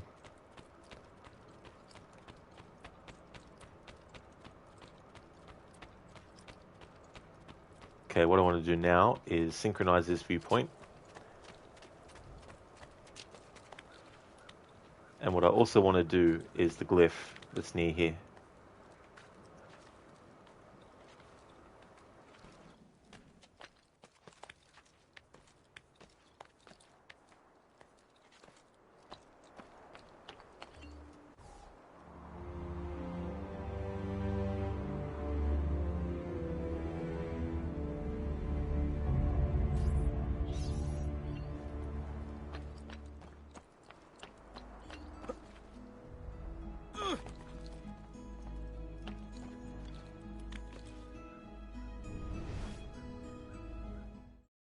It's getting easier and easier to hack into Abstergo's mainframe. It's like I know what data I'm looking for. I've already lived it.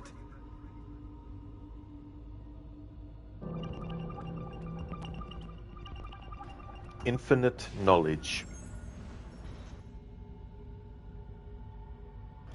Hey there, Levy. Good morning. How's things going today? Its open mouth delivers the kiss of death. Burning Viet Cong base camp, Mai Tho, Vietnam, 1968. So I just want to check for any text that appears on these images.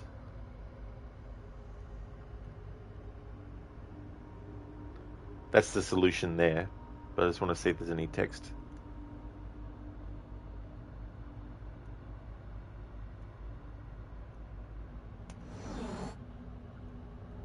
Leading the young to their end, members of the 2nd Infantry Division advanced under machine gun fire into the outskirts of Brest, France in 1944.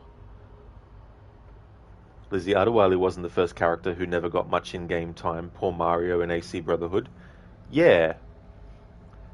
In Syndicate, you can actually come across some data files that cover how Mario got his scar on his face. But yeah, there's so many characters, Lizzie, that I wish they would have done a game for. Especially Adewale. He deserved much better than what they did for him in the series. He should have gotten a full-fledged game after the Freedom Cry DLC. Levi, it's going well. You tried to cut Cookie's hair, but it didn't go too well. Oh no. Can't you just, press the undo button? No, just kidding. Imagine if you could do that in real life. Now that would be very, very, very handy.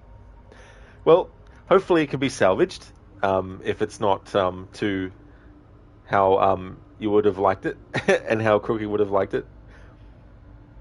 Lizzie, that would be interesting to find out. It really would. We never will now, though. And if we do, it'll be some half-assed, VR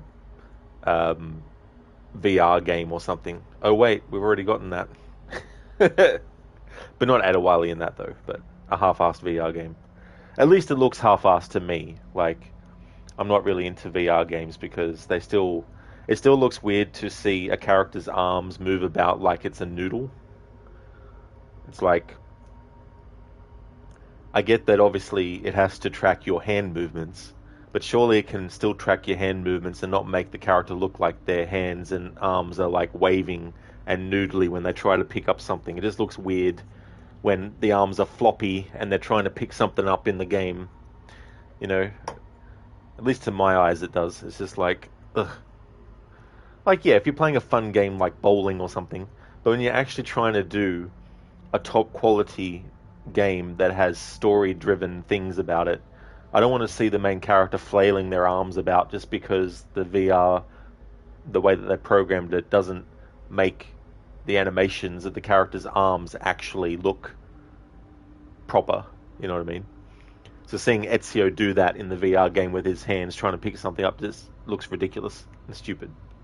Plus the dialogue he says too. Like he goes, "Aha, the hidden blade, main weapon of an assassin," or something like that. I'm like, we know this. It's like, we already know this. We don't have to have Ezio comment on what the hidden blade is. He doesn't wake up every morning, put his hidden blade on and go, "Ah, the hidden blade. This is the weapon that assassins use." Levy, you wish. Now it's giving plucked chicken. Oh dear. Cogad, your head looks like a pineapple now. It actually doesn't look that bad. Just had to cut some adjustments. Well, that's good though. That it's not, that you're able to salvage it. Levy, now it's giving plucked chicken. Cogad, Assassin's Creed for dummies. Oh, I know, right? It's like he puts on the assassin outfit. This is the outfit of the assassins.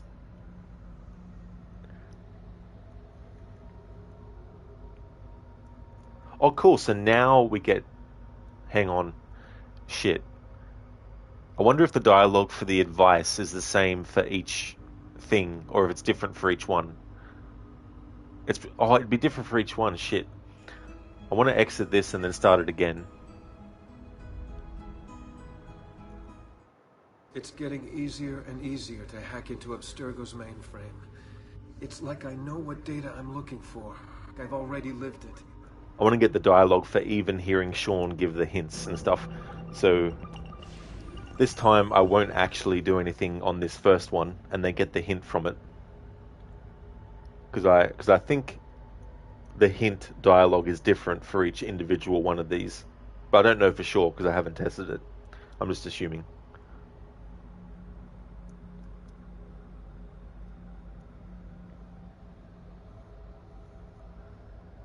In terms of VR stuff, like, I would probably give VR more of a try probably 5 to 10 years from now when they've advanced it a bit further. Especially if they want to do, long narrative-driven games and they want to make the way that the character moves actually look smooth and, not janky and not like the character's arms are noodles. Coffee, it's really clunky right now. Yeah, like I wouldn't mind playing VR games that are just fun party games or, just not serious sort of games, things like that. But when it comes to games like Assassin's Creed, I'd rather play a VR version of that is actually really polished and the character's arms don't look like wet noodles when you move your own arms in the game world.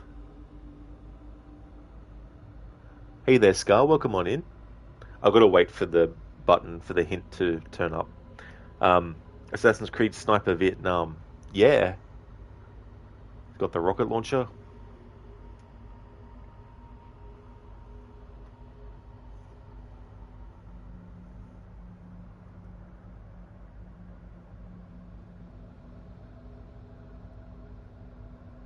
Don't know how long it takes for the hint button to appear, but I want to get the dialogue for it.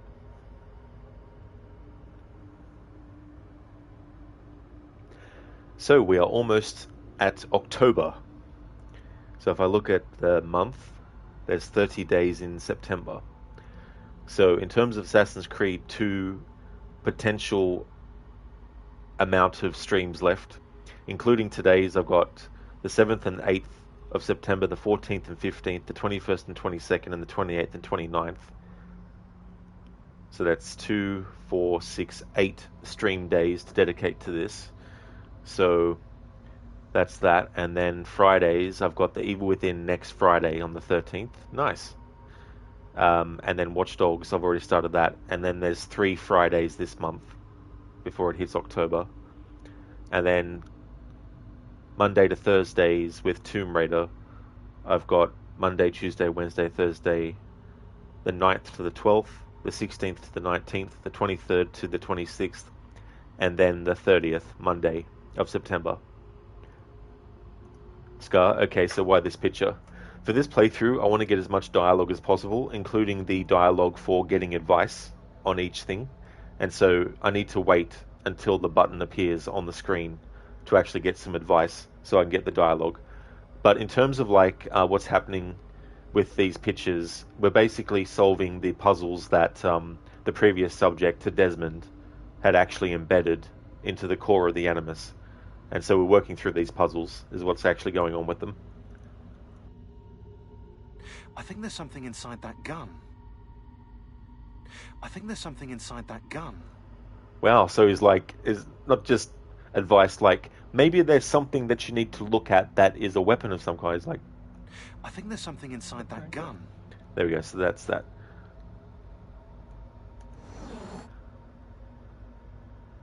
Okay, so now we wait until it gives the advice. Or advice turns up again. Which it hasn't yet. It will take a while. But that's where the next solution is. But I'll wait till it throws the hint up to get the dialogue for it. AC, don't know, but your dad lost his home because of those guys, so hashtag burn it with fire. Hashtag burn it with fire. Yeah, it's definitely understandable.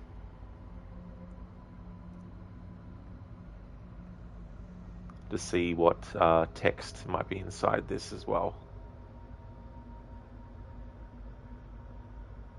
Okay, so they're just numbers. I won't actually read out the numbers.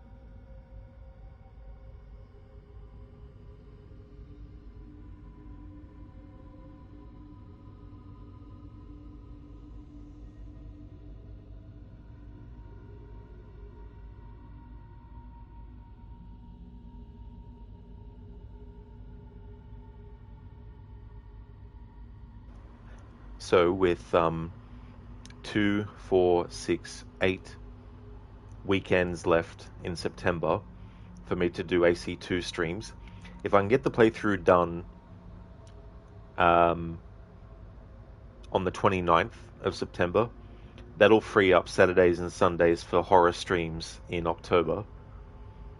The Tomb Raider one is going to be still, I can't afford to not stream Tomb Raider games because I've got 12 to get through. But in terms of like the days, this coming week, I've got 4 days to work on Last Revelation. Chronicles is shorter, so I might be able to get Chronicles done in 1 stream maybe, or 2. And then after that, I've got 6 games in the series left to do. But what I could also do is, when it comes to October, swap the days that I'm doing Tomb Raider to the weekends. But in terms of Tomb Raider streams, I've got 13 stream days in September for Tomb Raider.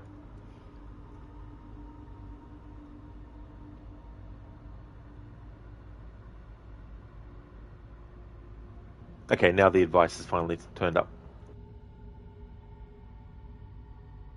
It's got to be the young soldier. It must have something to do with him. It's got to be the young soldier. It must have something to do with him. Indeed it does, Sean. It's the helmet that he's wearing. Nah, bro, only had 2 or 10 beers. That's all. Nothing more, nothing less. The flames from its throat poke out their eyes. Union troops in formation, Beaufort, South Carolina, 1862.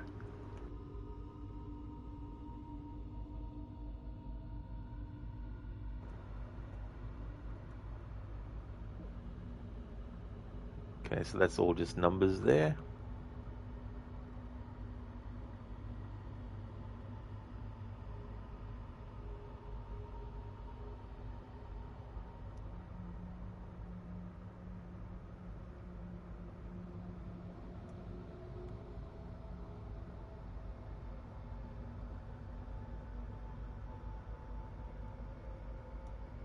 A equals 65.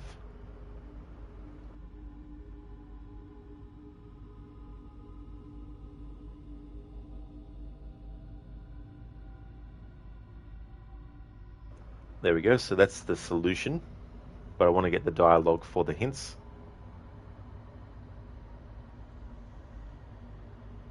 Nah, eat poo, Sean. Yeah, there's some people who hate that character with a passion. Lizzie, you're still having a hard time getting the chests in the well. Well, I'm sure that you'll get them eventually, but yeah, that can be frustrating. Mitch, you need to get ready for work now. If you're still streaming, you might stop by on your work break. Have a great stream. See you. That's no worries at all, Mita. Thank you again for the raid, dude. I'm going to be doing a short stream, so I'll probably just stream for another hour. But thank you so very much for being here and for the raid. I really hope that work goes well, and I'll definitely catch you around Twitch. Nah, bro, he's just so whiny. Sometimes, yeah. Yeah, he can be whiny. But it is funny, though, when he comments on how Desmond didn't even try to escape the Abstergo facility and stuff. It's understandable because while Desmond was denying the existence of the Assassins and the Templars and the whole thing, because he came to believe it was just some conspiracy theory and it wasn't actually true, that his parents were just loony. In that time, so much stuff had happened with the Assassins and the Templars that it's understandable that some Assassins would see Desmond as like some Nepo assassin, where it's like, oh, we were busting our asses all these years while you were, you know, pouring drinks in a bar somewhere else, you know, things like that. So it's understandable that Sean makes a comment on Desmond's, you know, what he was doing and stuff.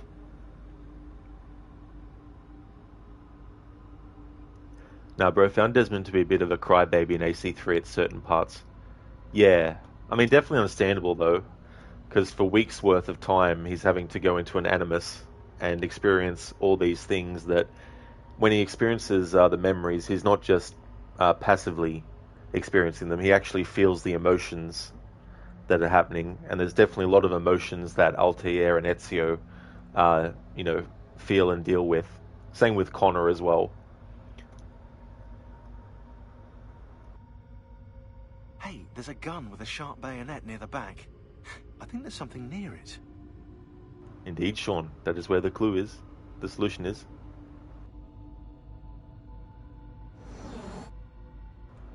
This monster did not come from man. The first pictorial representation of a gun. 900. Let's see if there's any text to read. There's just noughts and zeros, B2.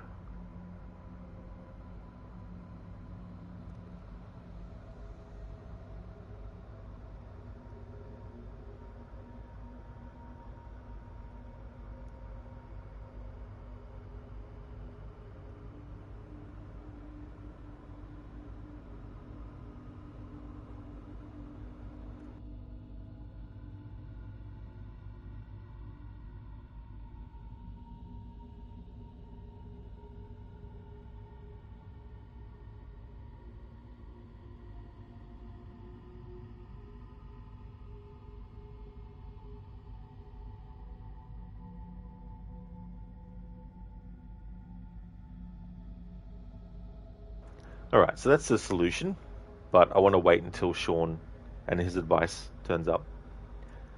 Geez, you remember doing 24-hour challenge with Brotherhood and Revelations on separate days? Managed to do it whilst unlocking all buildings and doing all side quests and obtaining hidden armor. GG's on doing that, Cheesy, because yeah, I just can't imagine doing a 24-hour stream. The most I've done is 18 hours, and that was long enough for me. I really needed a lot of rest the next day before I could stream again. But that's good that you're able to accomplish that in a 24-hour stream. Lizzie, oh my god, you found a way. You thought you had to jump from brick pole to brick pole. Oh, well, very good, Lizzie. That's cool that you found the way to it. Excellent. This monster did not come from man.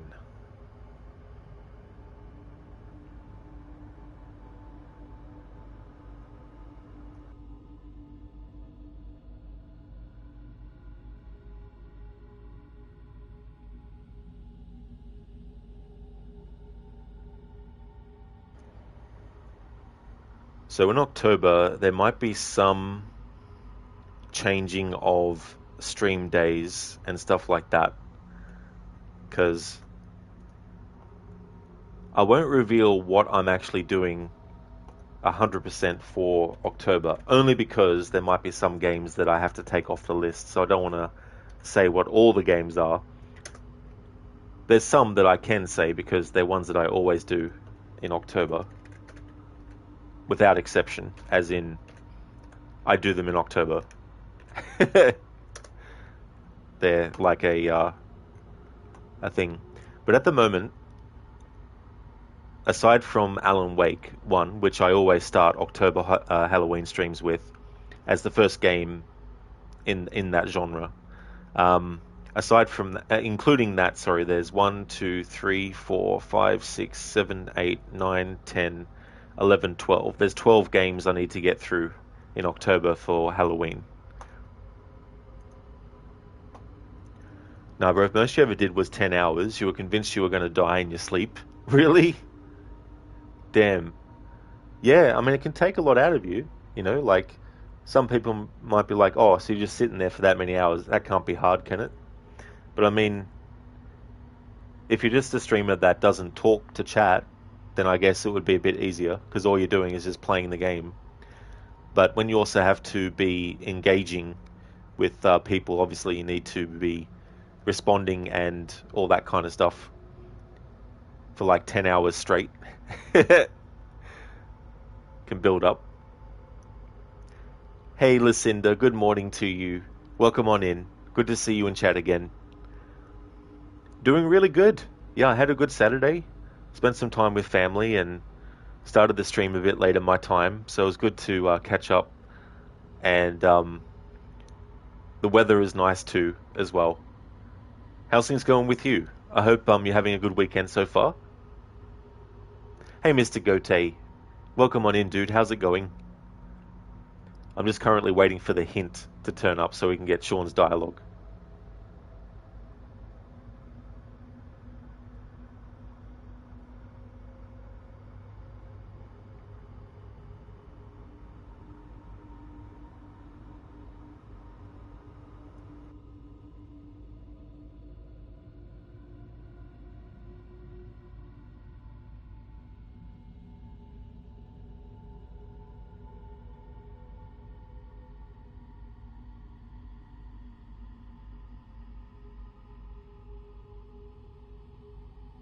When you think about the apples of Eden, the fact that there is thousands upon thousands of them, it allows for so many stories to involve them.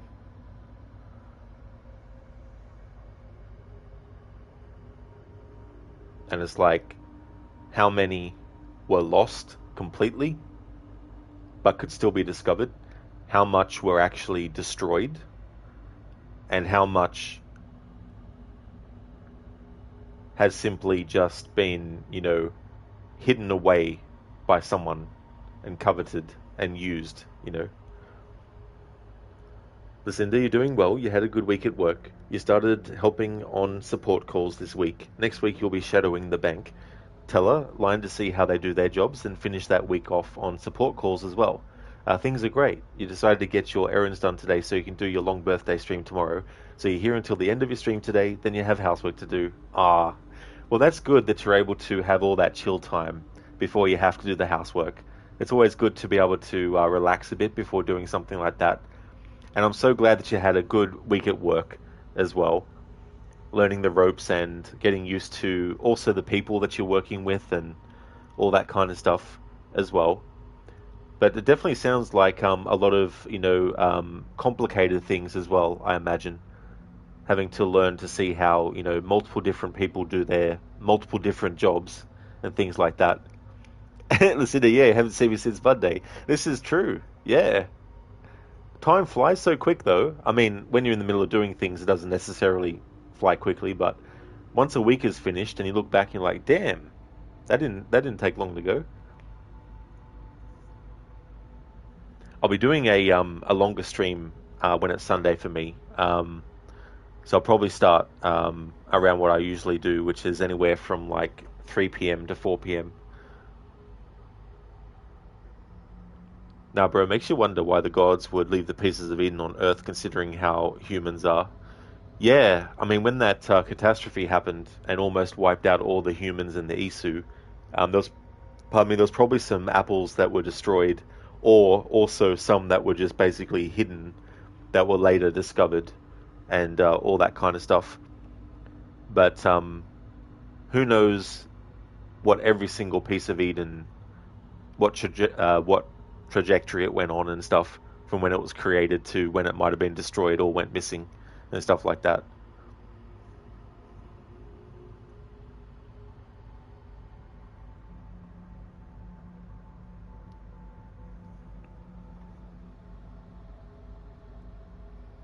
Come on, Sean. Bring up the option to get a hint so I can get the dialogue. Listen, you should be able to catch my stream tomorrow morning before you start your 10-hour stream party. You should be here sometime between 9 p.m. AST and 11 p.m. AST, your time tomorrow. Very cool, Lucinda. That'll be great. Yeah, and that's cool that it's your birthday. So Sunday, is that your birthday, or is that just a date that you want to do your birthday stream on?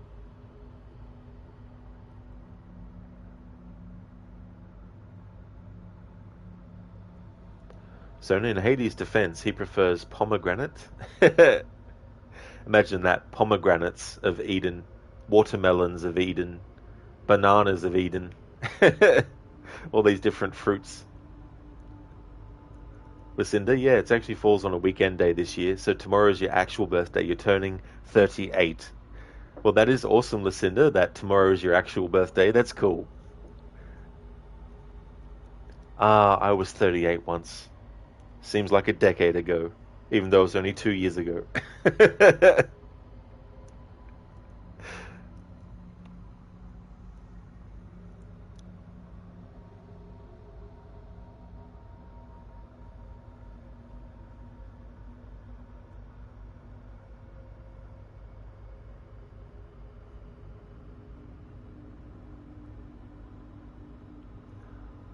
I'm wondering now if the hint hasn't turned up because I already moved.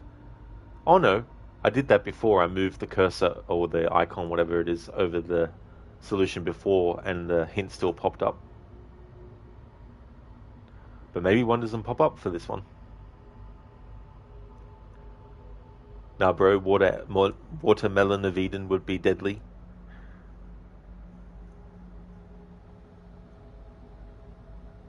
Especially if you use it to hit someone over the head with it. Maybe if I press ID a few times, it'll increase the speed at which the hint icon button appears.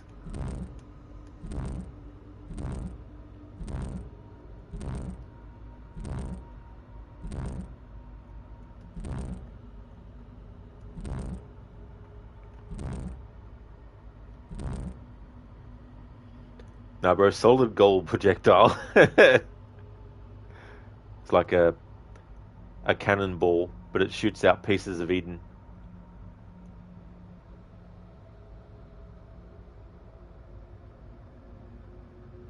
Lizzie, tonight's a gig day, so you'll be getting ready for that. Oh, that's totally fair, Lizzie. And I really hope that you enjoy yourself too when you go to it, and that you have a great time.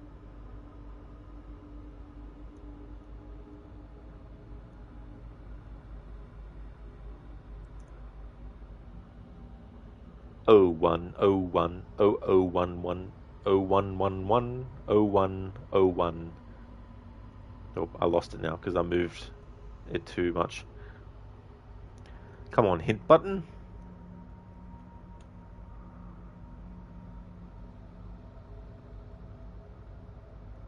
It feels like it's taken longer for the hint button to actually turn up this time. So I'm guessing that because we're on this part of the glyph,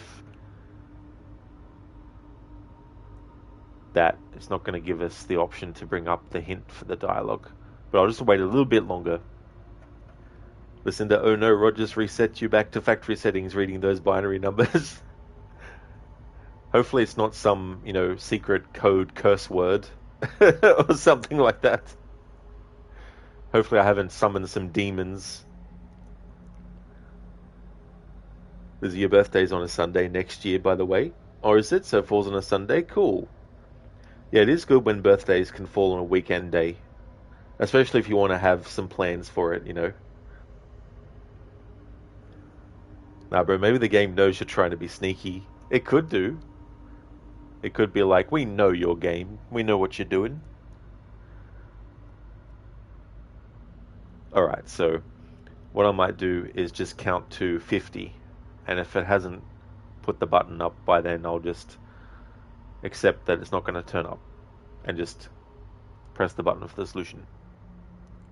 1, 2, 3, 4, 5, 6, 7, 8, 9, 10, 11, 12, 13, 14, 15, 16, 17, 18, 19, 20, 21, 22, 23, 24, 25, 26, 27, 28, 29, 30, 31, 32, 33, 34, 35, 36, 37, 38, 39, 40, 41, 42, 43, 44, 45, 46, 47, 48, 49, 50.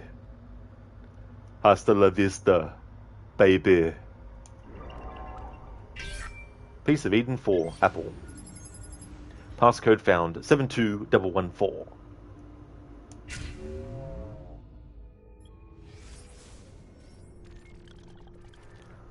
I want the truth. You can't handle the truth.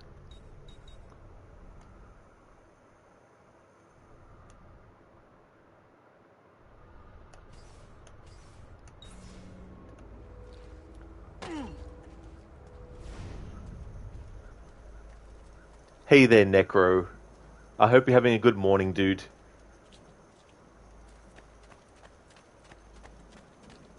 Nice one, Lucinda, with the Arnie emote when he tries to smile. John Connor's teaching him how to actually smile. He gets better at it. But yeah, that one is so funny. It looks like a horse who is a human trying to smile. All who need aid are welcome here. Okay, Mr. Gote, so I'll see if I can go back to Florence. Otherwise, we can do a leap of fail off the top of Monteriggioni somewhere, I think.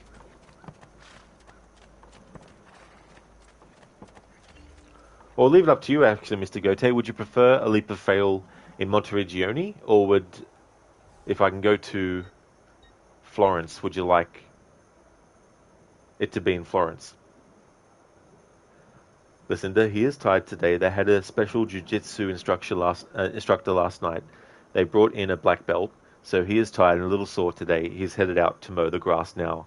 Oh, that's definitely understandable, the necro, to be tired after all that, for sure, I hope it was still enjoyable of a session. Mr. Gote, dealer's choice? No problemo. Well, since we've done a few leap of fails already in Florence, I might actually do one here in Monteriggioni.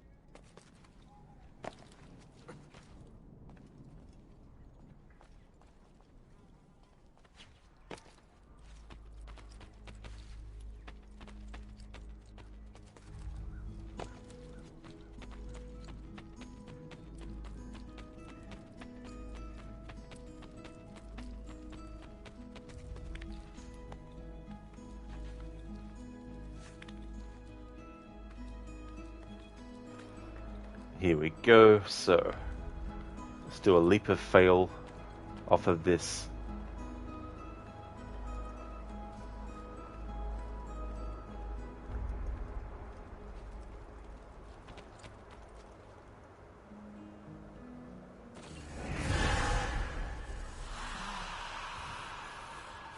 No. That's not right. That's not how it happened. Let me go back to the start again. Sorry, wrong Ubisoft game. That's Prince of Persia: Sands of Time.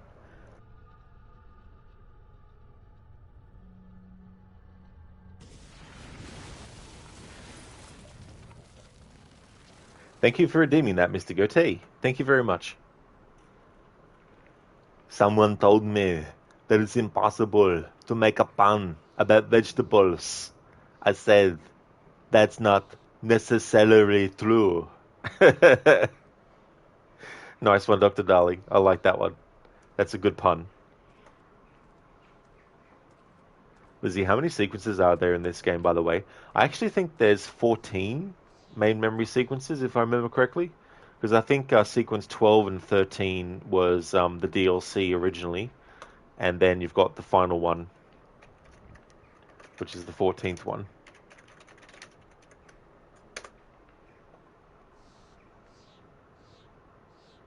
Yeah, so sequence 14.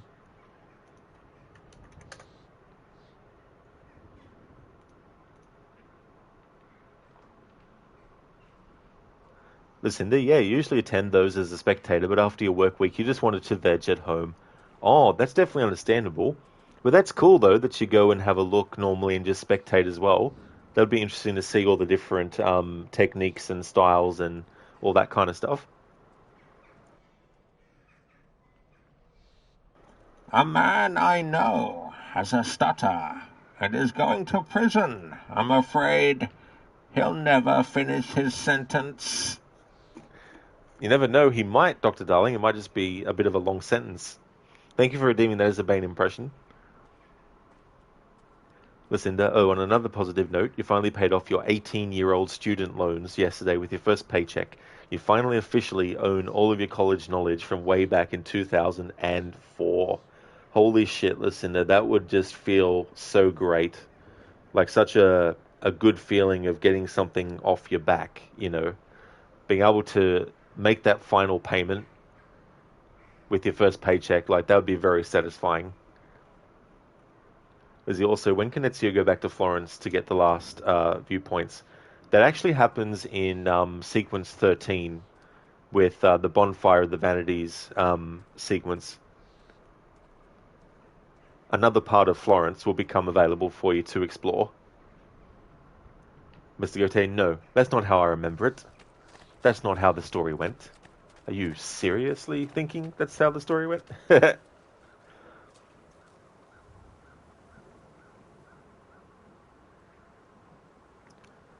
Lucinda, thank you so very much for giving those gift subs. That's amazing of you to do. Thank you so very much for that. I really do appreciate it a lot. That's awesome.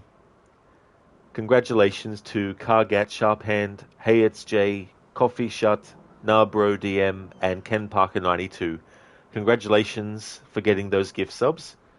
Thank you so much, Lucinda, for that. I really, really do appreciate that a lot. Lucinda, also, you missed the stream. Well, thank you for that too. You know, like, when there's streams that you really want to be able to catch, but you might not be able to, which is definitely understandable. It's also understandable to, you know, miss seeing certain streams and stuff like that. So it's also appreciated, you know, with the time that you have to pop into chat and, you know, spend some time whenever you can. So that's awesome.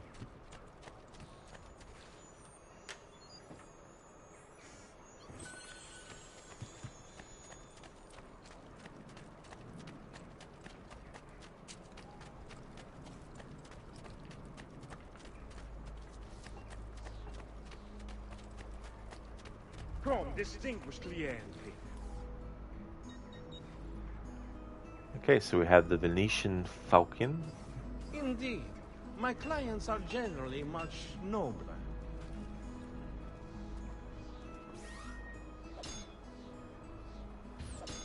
I wonder what sword this is.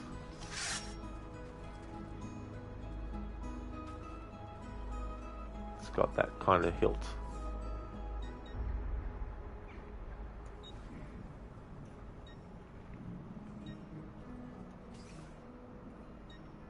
Out of pocket, Messere? What a shame. I'll go to the armory, actually.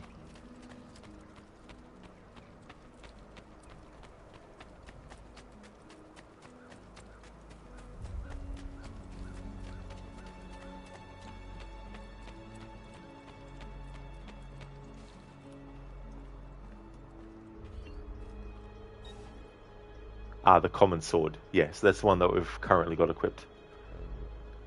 The common sword.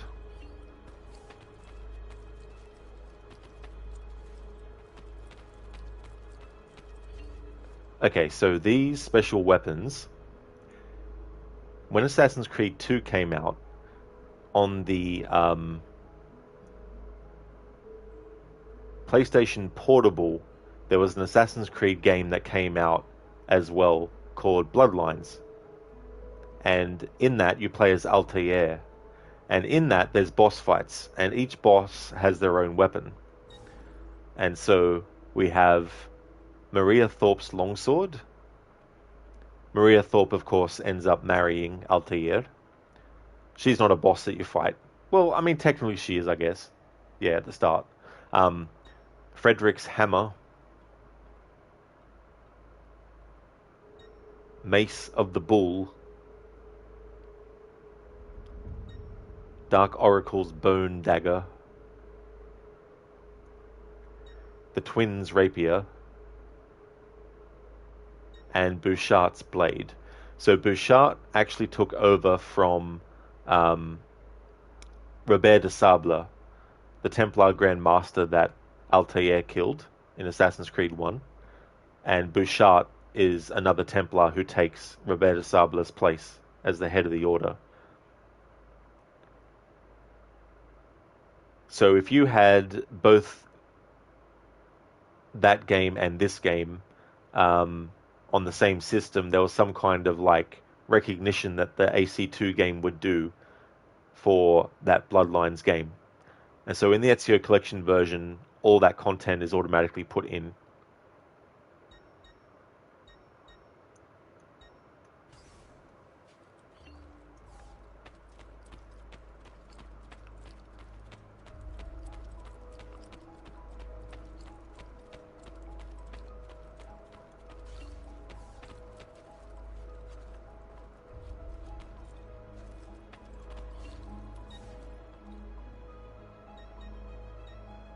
Greaves. Yeah, so that's that there. So part of this playthrough is also buying all the weapons and all the armor upgrades.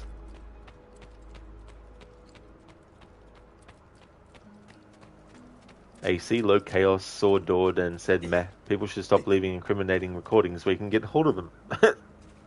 Yeah. It's like, what? Still got to do a murder field run, you suppose. It's like, kill them all, they're all dead. Lizzie, weapons from the first game? No, it's from a game that came out on the PlayStation Portable. I have played it 3 times now. I do it as part of my annual playthroughs. It essentially takes place 1 month after the events of Assassin's Creed 1. And Altair chases these Templars that head for Cyprus. And it also sets up Altair writing the Codex pages, which in this game you actually collect and can read what he wrote.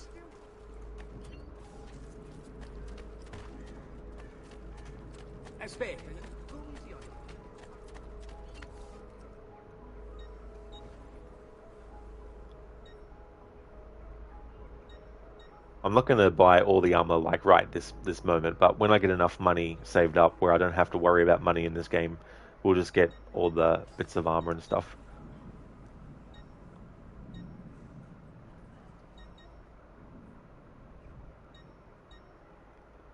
But for now, I'll get the old Syrian sword.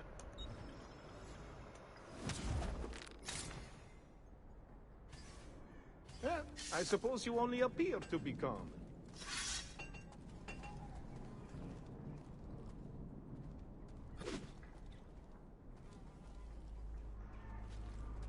Noble prices for noble wares. Armor fit for an emperor.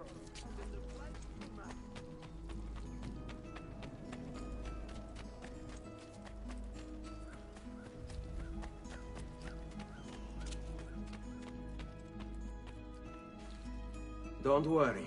We're only staying here for a little while. I don't like it here. I want to go home. I know.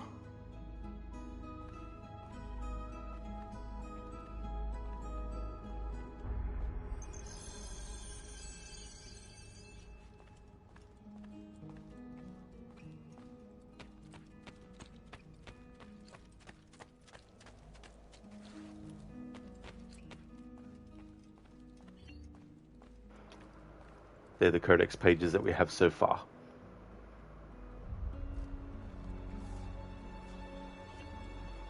AC, well, you mean there is a part of the story that you loathe with every fibre of your being, so a murdery run seems appropriate, and at some point you'll do a ghost run. That is cool. It's great to do those kinds of playthroughs. They're definitely more fun than like just, you know, knocking enemies out and stuff.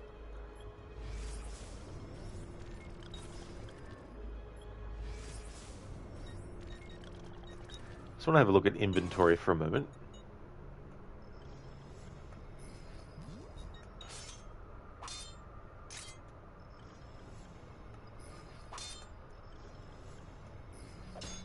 Okay, so there's no text information about those ones. That's fair enough.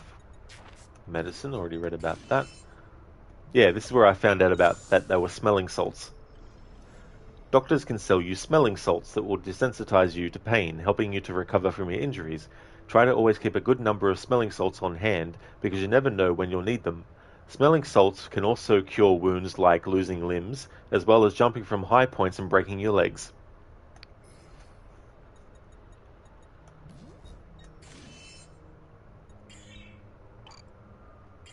Alright, I haven't started collecting feathers yet.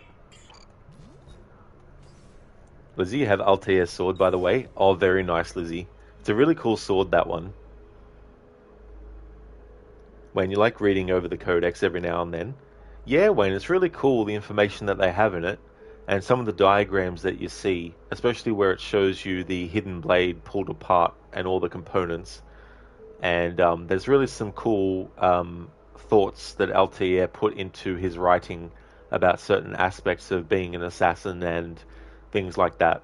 One of the ones that he talks about is how assassins should be able to use poison as part of their techniques, because initially poison was something that the assassins didn't use in terms of, like, you know, Altair's assassins. So that's an interesting bit of Codex thing. And then he also talks about the relationship that he had with his parents, where it wasn't really like a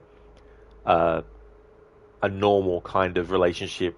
It was more like a student-mentor type of thing. And he basically said that, you know, assassins should be able to express love, you know, for their family and their children, and have that actually be a part of being an assassin. You know, things like that. Listen, they're nice, almost like the amazing properties of a first aid spray. Oh yeah. A zombie just bit your neck? Ah, it's okay. You won't turn into a zombie if you're the main character, as long as you use a herb or a first aid spray, you'll be fine. AC in GTA, you can heal an armory's worth of bullets with candy bars and soda. Oh yeah. Like, imagine if that worked in real life. Oh, I've been shot. Here, have a candy bar. Ah, I'm better now. The gun wound's gone. No bullet there either. Nice. Shirley, thought for a second you were about to start the final mission, but then you remembered that you just killed Alberto. Now imagine that as like a big speedrun sequence break. Basically just, you know, be able to skip all the way to the end.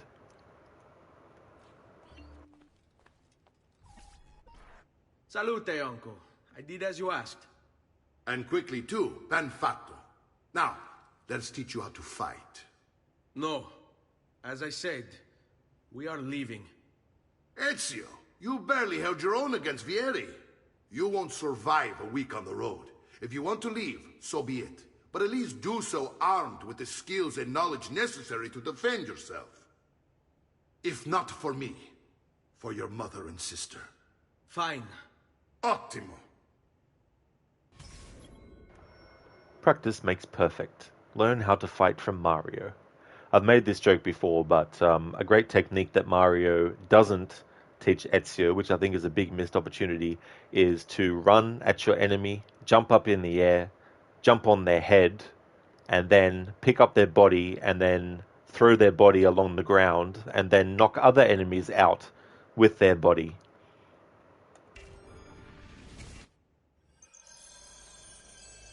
You can swing a sword, to be sure, but offense alone will not carry a battle. You must survive long enough to strike. I will teach you how to dodge. You said my father was more than just a banker. No use dancing around it, I suppose. Your father was an assassin, Ezio. I told you before. My father was a paper pusher. No, he was born and bred to kill. I find this difficult to believe. What of the list you carry? Do you think it's merely a catalog of debts? It holds the names of those responsible for your father's murder.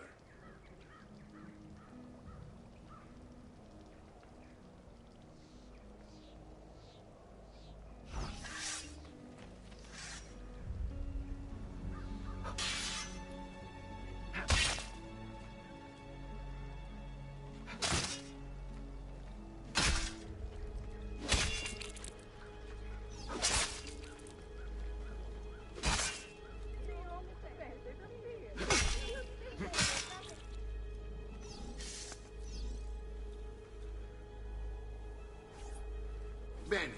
I've taught you how to avoid your enemy's attacks. Now you'll learn how to turn them to your advantage. All this talk of assassins and Templars, it reeks of fantasy. Like something from an old parchment covered in arcane writing, perhaps? How did you know? You have your father's blade. I figured you'd have the Codex page he was holding as well. Codex? See, a guide to the inner workings of the Order. Its origin, purpose, and techniques. Our creed, if you will. Your father believed the Codex contained a powerful secret. Something that would change the world. Perhaps it's why they came for him. Assassins, Templars, Codex pages. This is a lot to take in. You need to open your mind, Ezio. Always remember, nothing is true, everything is permitted. Laws arise not from divinity, but reason. I understand now that our creed does not command us to be free. It commands us to be wise. Couldn't help but add that. That's what Altair says in Assassin's Creed 1. Yeah, Lucinda, it's like, come on, Mario. Teach Ezio the true moves of a plumber. I mean, an assassin.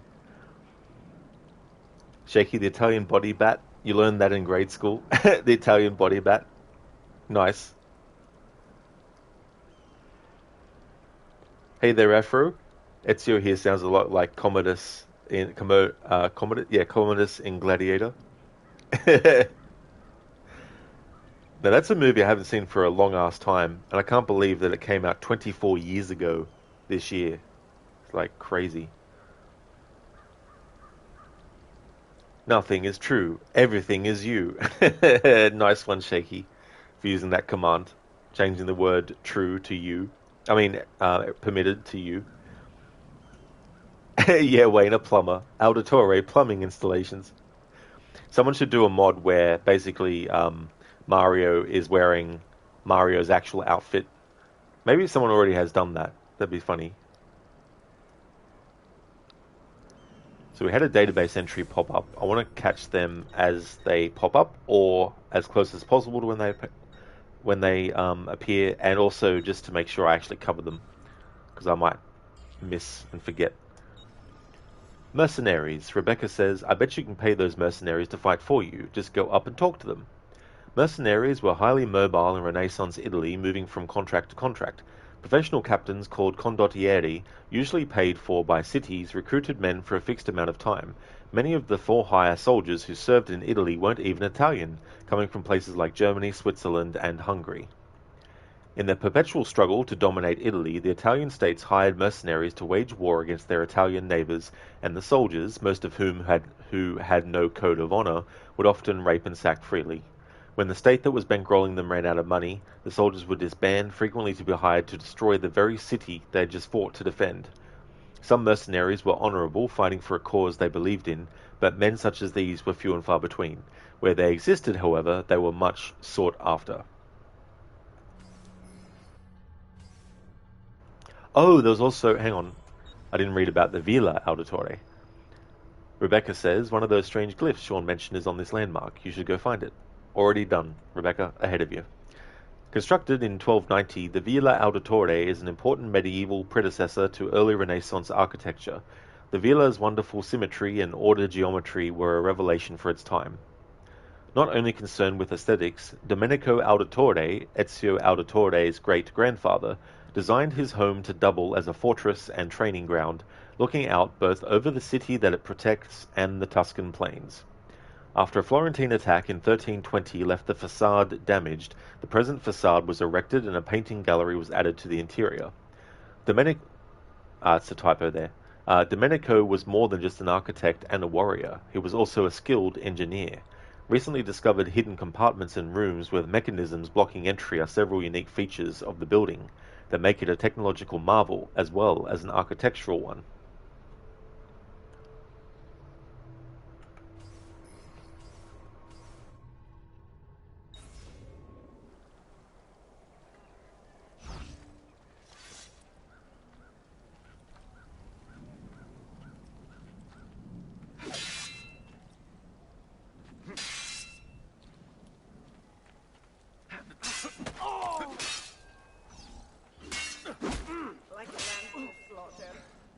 think they're trying to sneak away.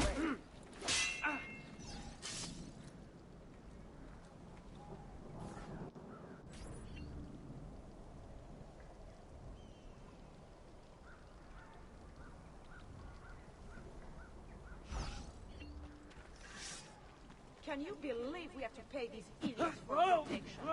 Hurry up! I have to meet a lady friend. I hate these Hai paura. You just going to stand there.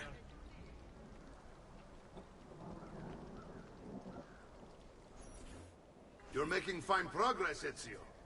Today I'm going to teach you how to position yourself in battle. Where you stand and how you move can make all the difference. Don't think I haven't seen you picking apart my library. I trust you believe me now? Yes. My father was an assassin. But why the need for such secrecy? Are you familiar with the Templars? One of several knightly orders formed during the Crusades. History teaches they were disbanded nearly 200 years ago in France. Only they weren't. Merely pushed underground, where they continued their nefarious work. What work? The Templars seek dominion over man, and we, the assassins, are sworn to stand against them. Was Uberto one of them? Yes. And the other names on my father's list? Templars as well. That means Vieri. Just like his father, Francesco. Likely the entire Pazzi family. It would explain many things. I think this is as close as I can get the camera to Ezio's face because it won't let me move without locking onto the target. Oh, I guess I could do this next time. Could move him to face this way and then move the camera closer to get a closer up on his dialogue. Oh well. I wish I knew that earlier, but I can't do that. I can't worry about it now.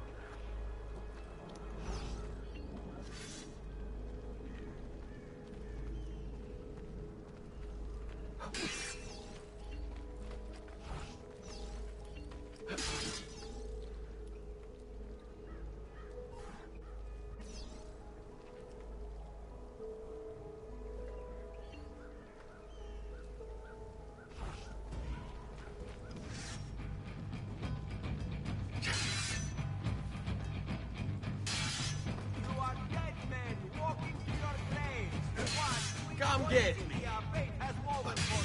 It's a fight, Fesso. Try fighting for a change, fool. No.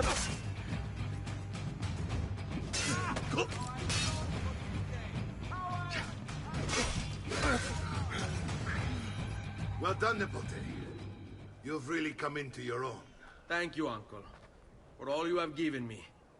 Your family. Such is my duty and my desire. I'm glad you had me stay. Good. You've reconsidered leaving.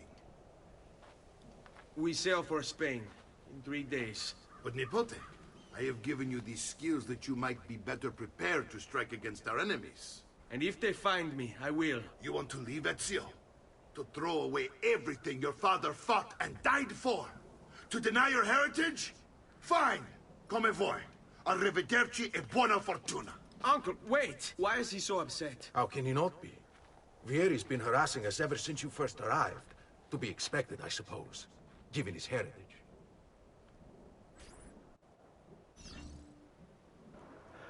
What is interesting is the NPC, even in moments like that you see, is not always the same character model every single time you play the game. I don't know how many different character models there potentially could be, but it gets randomized every playthrough what the character model will be for certain NPCs that you have dialogue with. Yeah, Lucinda, it's so funny.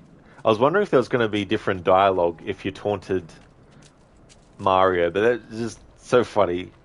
Ezio being an asshole to his uncle during a fight, taunting him. Are they Mario in a mood? You're not wrong there, are they? That's for sure. There's definitely got a lot of pressure on him as well. Hey there, Anemone. Good Saturday to you as well.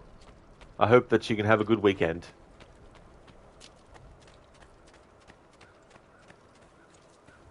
Something I will be doing as part of this playthrough as well is going through the tutorial for combat, because there is more stuff that you can learn.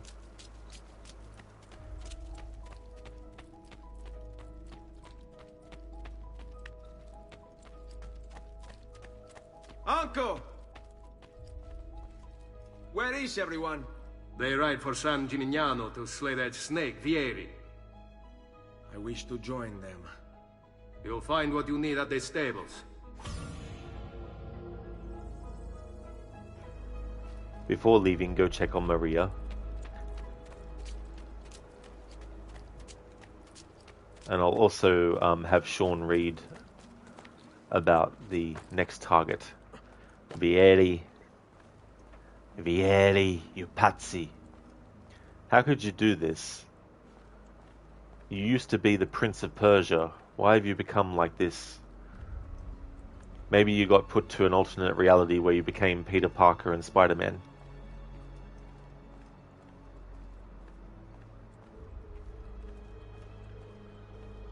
It took me many years to know that the actor who plays Vieri is actually Yuri Lowenthal, because I had played, of course, Prince of Persia: Sands of Time before this game came out. There's quite a year's difference between the two games. That was 2003, this came out in 2009. But it's cool that he came back to do another role in a Ubisoft game after playing the Prince in a couple of the games, because 2005 was the last game that he had actually played the Prince in before the Assassin's Creed series actually started. He did come back for another Prince of Persia game, The Forgotten Sands, in 2010 though. Oh, thank you so much, Anamone. It's been really good so far. It's now Sunday here. Had a good Saturday. Nah, bro, holy shit, that was Yuri? Ave, the fuck is he? Never even realized that. Absolutely, yeah. Yeah, he voices Vieri.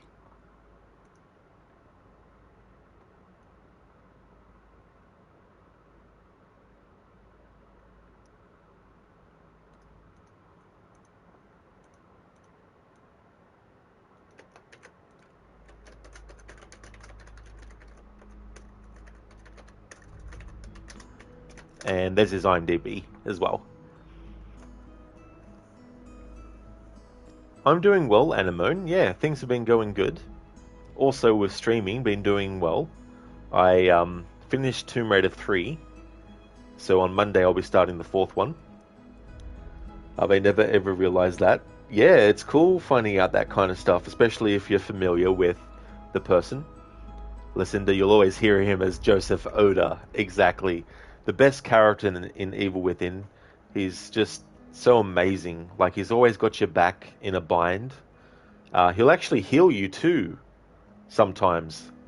If only. I hate that in Evil Within, how he expects to be healed by Seb, but he doesn't heal Seb in return. Cheers, Anamone. Thank you so much.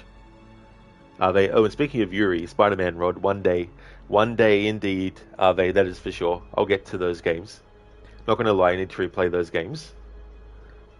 Been a while since you went through 1 and Miles Morales. Oh, that's cool.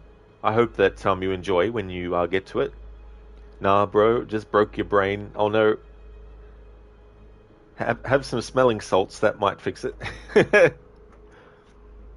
Oh, that's okay, Lucinda. That's definitely understandable to think I might have had a command for Yuri. That's for sure. Thanks for having the thought, though, to put that in.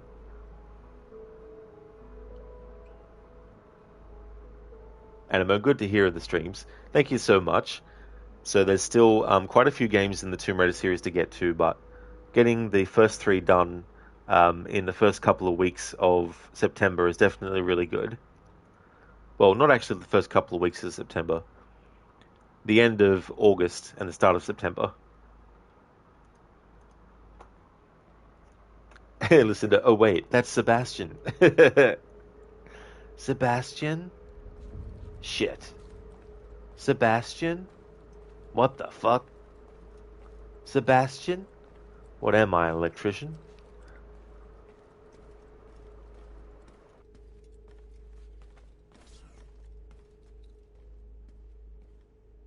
Ezio, look at her. I still can't get her to talk. She spends all day and night in front of those feathers Petruchio used to collect. She can't let them go. I don't know what to do. Don't worry. She'll come back to us. I know it.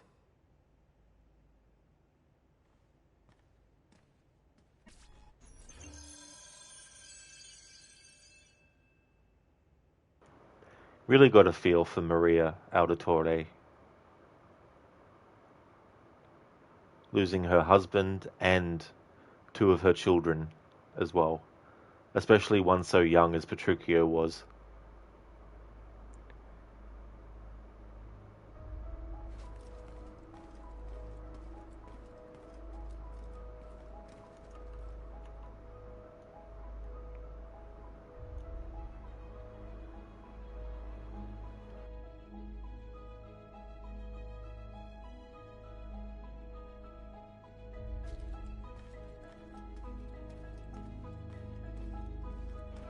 Okay, we don't have any feathers yet, but that's part of the playthrough. I will be using a guide for those though, but I'm not going to bother in this stream because I do want to end the stream soon-ish. I definitely want to assassinate Vieri first though.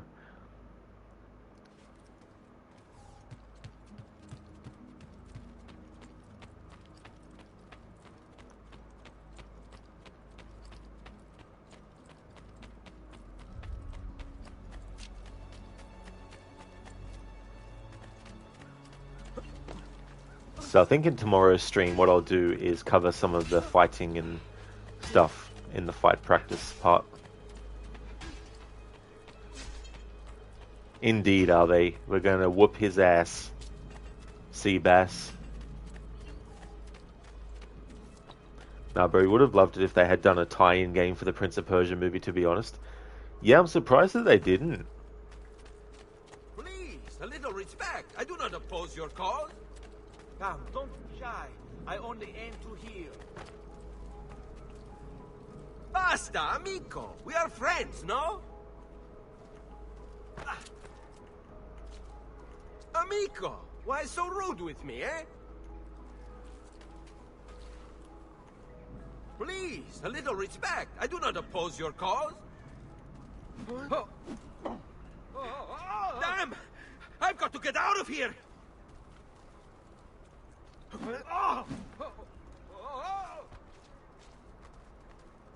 Just let me go! I'm nobody! Not important!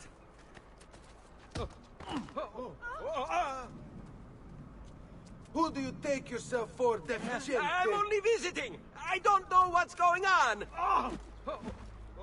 The classic. I love that one. You have mistaken me for another, yes? I'm only visiting! I don't know what's going on!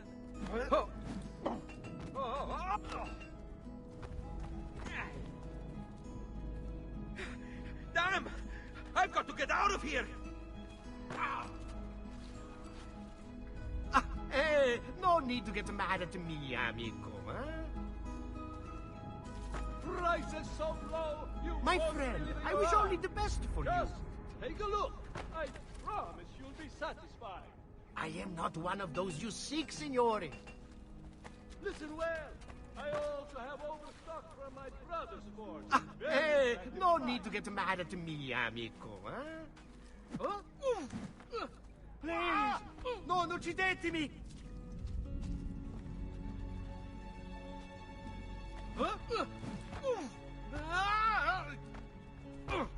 Misericordia! No, please, don't kill me!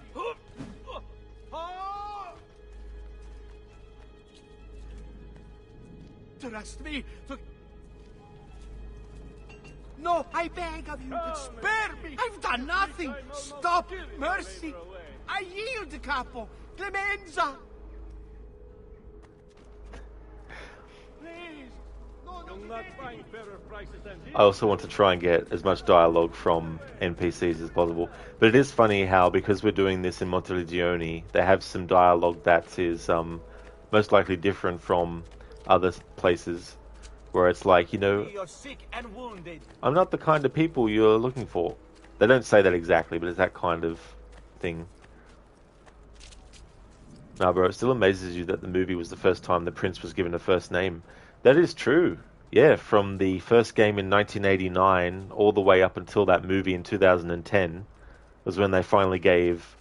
I know it's not the same prince in all the games, but in terms of giving the prince a name, it took that many years for a prince in that franchise to actually get a name that we know. All who need aid are welcome here. Are they now, Rod? That's low. Just because we had to deal with those beggars and psychos in the streets of AC1 doesn't mean the people at Monteriggioni should have to deal with an Ezio acting like them. Exactly, are they? I mean, I don't know why Ezio's doing this kind of stuff. I mean, I'm not in an animus experiencing his memories.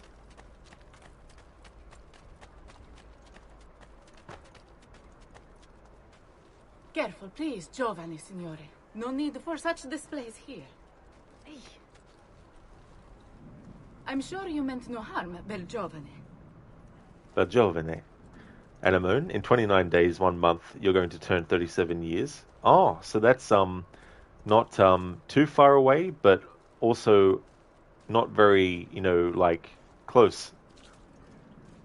Now, bro, you're pretty sure even after that, he didn't get a name?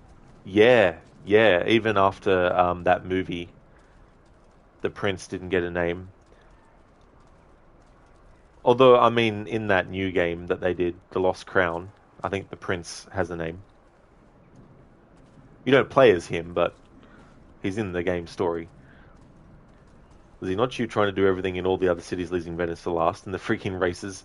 Well, don't blame you, Lizzie, like, there's just some content in games where it's just like that. You just want to leave it till last, Well, please be careful, amico.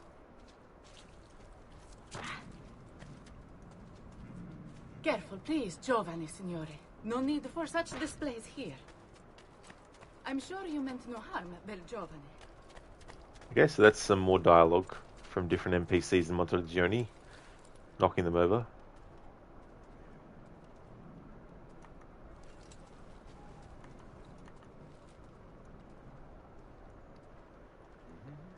Anemone, 13 years to becoming middle-aged woman. I mean, time just goes so quick.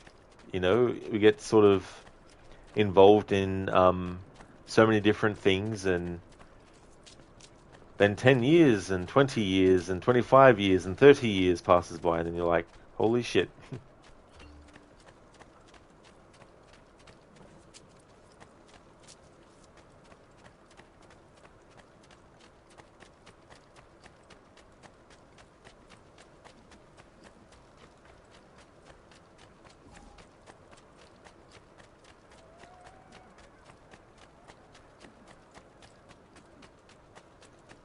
And hell, yes it does. Barely anything will become saggy. Yeah, I mean, there's so many things that, different people experience with, their physical being and stuff, as well as mentally that changes and all that kind of stuff.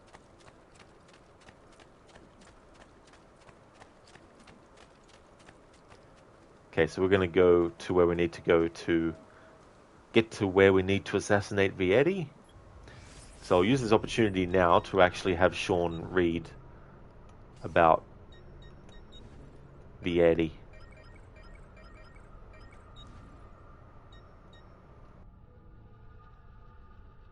Vieri di Pazzi, the youngest member of the second most notorious Florentine banking family, this kid knew how to burn right through his father's money. Outside of spending sprees involving weaponry, exotic animals, and clothes, he was fiercely competitive. Vieri hosted races of all kinds: boating, horseback riding, running. All of them rigged, of course. And get this, if through some amazing stroke of luck he ever lost, he'd invite the winner's entire family over for a victory dinner and serve them a meal to die for.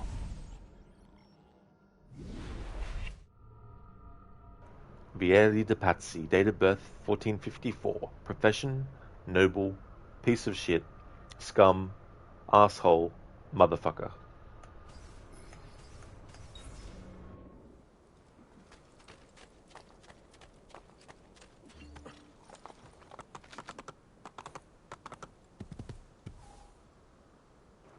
Lucinda, you think after the first family, people would not play those tournaments anymore? You would think so. People who win tournaments set up by Vieri de Pazzi end up dying. Nah, I won't compete. And I mean, yep, you'll still be able to move. That's because your life wasn't easy, so you have lower life expectancy, but that's how it is. I mean, that can definitely make things tough as well. And, you know, people don't know what's going to happen, so you don't know what injuries people might sustain, and things that aren't even in our control. You know, like how many unfortunate people have someone else making a decision that ruins their life. You know, like someone might be just minding their own business, and then all of a sudden some other person they don't even know through their actions ends up causing harm that you know, that person had no control over. To Tuscany San Gimignano. Are you sure you want to go to Tuscany San Gimignano? Yes. Better than going to Camelot, because Camelot, 'tis a silly place.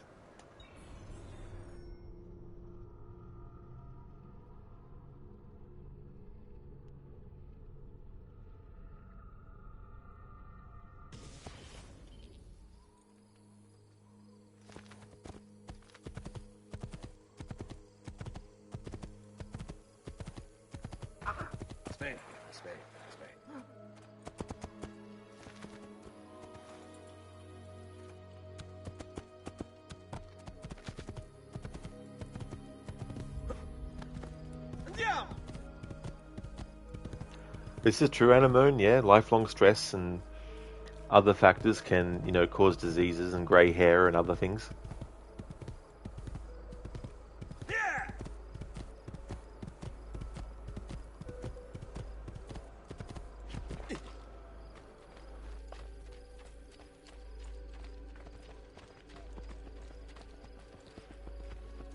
Ezio, what are you doing here? Taking responsibility. Vieri troubles you because of me. Vieri troubles us because he's a Templar, and we are assassins. Either way, I wish to help. Va bene. Then listen close. First, we must find a way inside the city, though it seems Vieri expects us. He has sealed the gates and sent his men to guard them.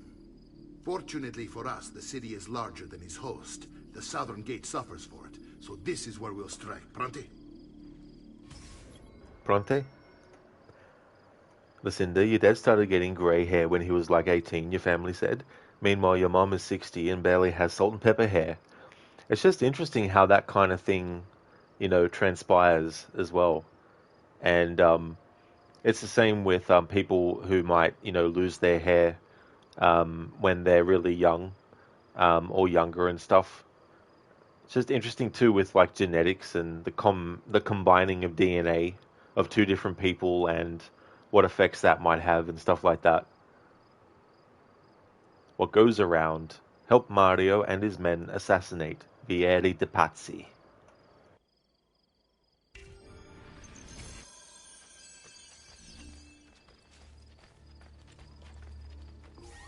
What I want to do is actually use the dagger for a little bit in combat.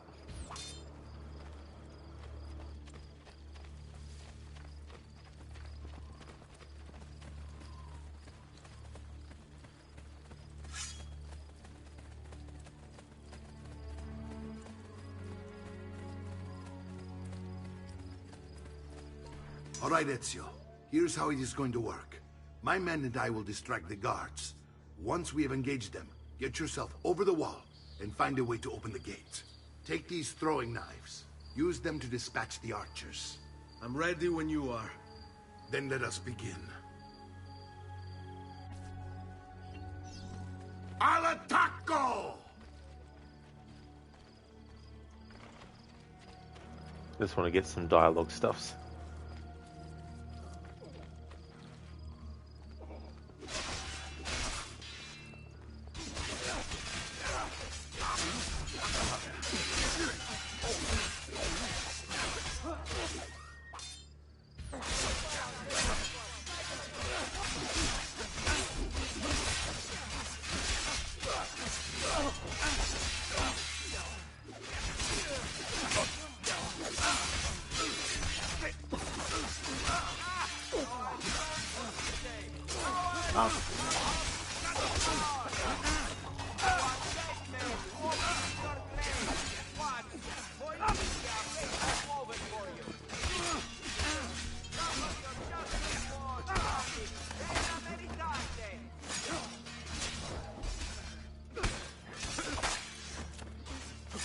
Oh, I like that move.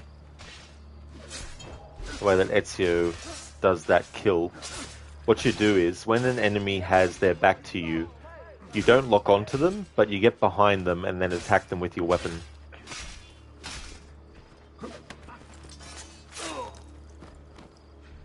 And Ezio will do different kinds of kills.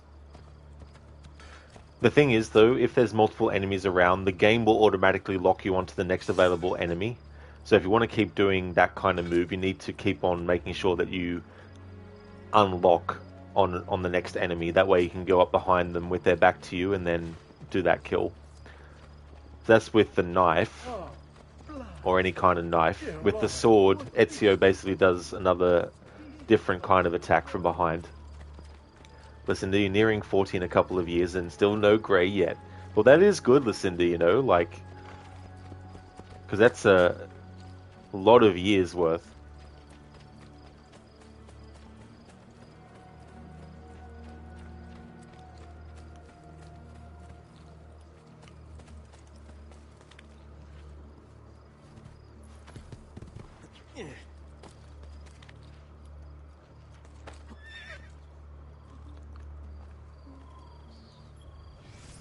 San Gimignano, named after Saint Geminus, who supposedly conjured up a dense fog to save the city of Medina from Attila the Hun. San Gimignano was founded in the 3rd century. The city grew from the 10th century onward as a stopping point along the pilgrimage route to Rome. In 1199, once its citizens grew wealthy, San Gimignano separated from the bishops of Volterra and became self-governing.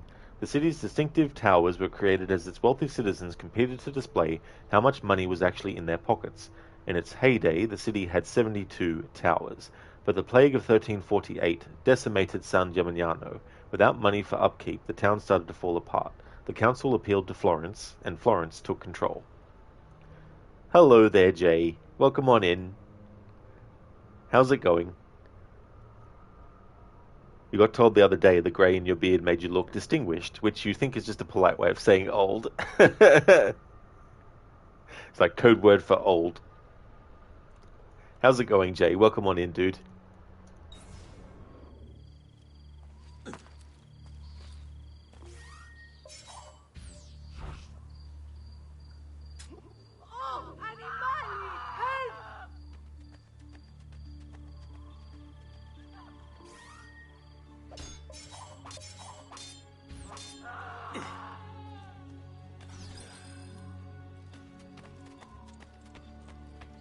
What the devil are you doing up here? Get down, now!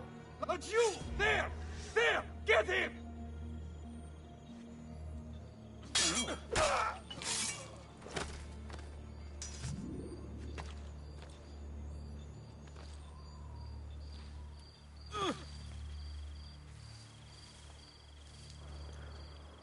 Jay, you doing well? You have a few days off this weekend, been lurking and playing? Wow. Oh, excellent, Jay. That's awesome. Glad to hear that you're doing well. I really hope that those days off go really slow so you can enjoy every moment of them. Thank you so much for doing the lurking as well. And congratulations on getting a gift sub as well. How's WoW going?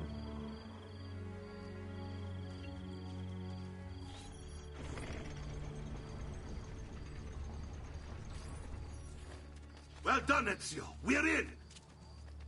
This way, men. Get down! Order! You'll soon sprout fletchings if you don't get down, Tronzo! King of Heaven. I want you to distract those guards and keep them from raising the alarm. Hopefully it will buy me enough time to find and silence Vieri. Va bene. Wait, Nipote. Take a few of my men with you, just to be safe. Come join me once they're dealt with.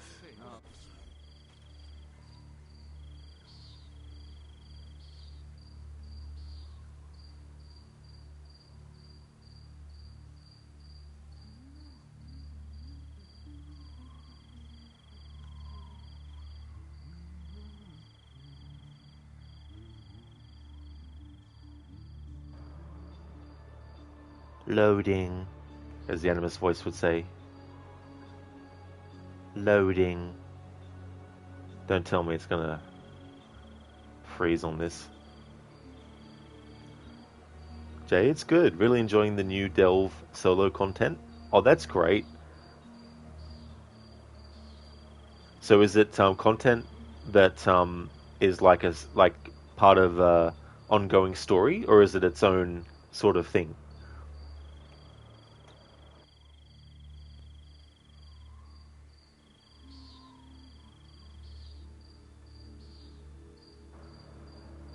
Thank you for doing this game. I love it. Do you know why? Because it means the only way I can fix this is by closing the game down. And guess what happens when you're streaming directly from your PlayStation console and you close your game down? The stream automatically ends. Fucking typical, man. The amount of glitches and stuff or issues I've had with this game in this version now. The Xbox 360 version I started the playthrough with, save files were corrupted and lost. And now this loading screen issue happening right in a mission that I wanted to do before ending the stream. But because of this, I have to do that next stream, because there's no way I'm going to just do a 10-minute stream. So I'm sorry to say, everyone, but this is where I'm going to have to call the stream. I would have liked to kill Vieri in this stream, but yeah.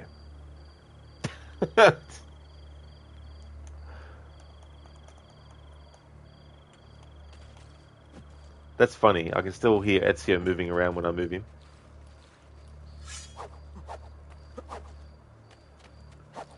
Let's see if I can cheese this. Okay, so... Oh, phew. Oh, good. Okay.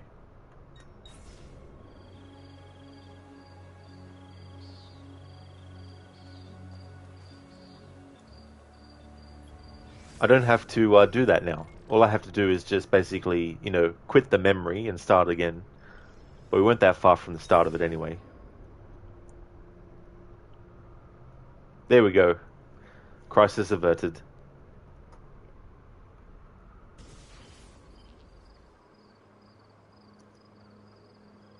Jay, it is looped into the story, but it's also intended to be scalable and repeatable.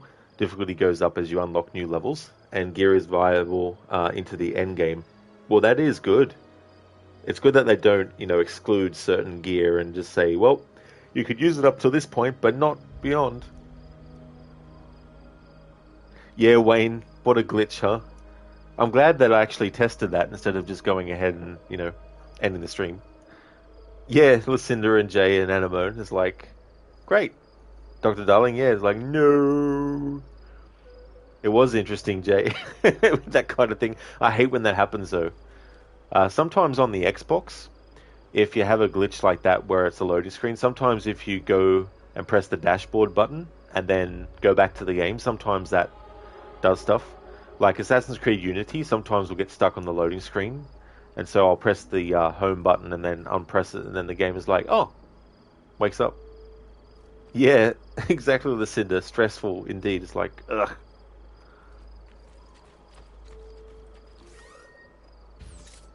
Ezio, what are you doing here? Taking responsibility.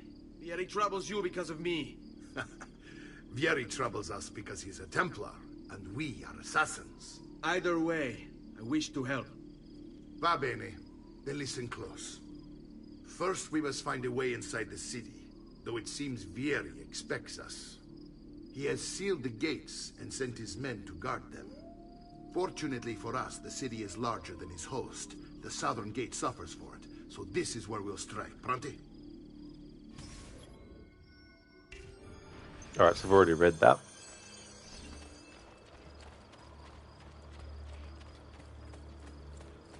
Where I was before I had to actually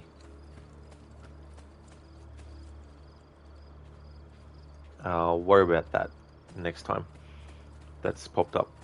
Where I was before that loading thing happened, there was some dialogue that I was going to wait to hear from the guards. If you don't attack them straight away, there's some conversations they have with each other. Alright, Ezio. Here's how it is going to work. My men and I will distract the guards. Once we have engaged them, get yourself over the wall and find a way to open the gate. Take these throwing knives. Use them to dispatch the archers. I'm ready when you are. Then let us begin. Al attacco!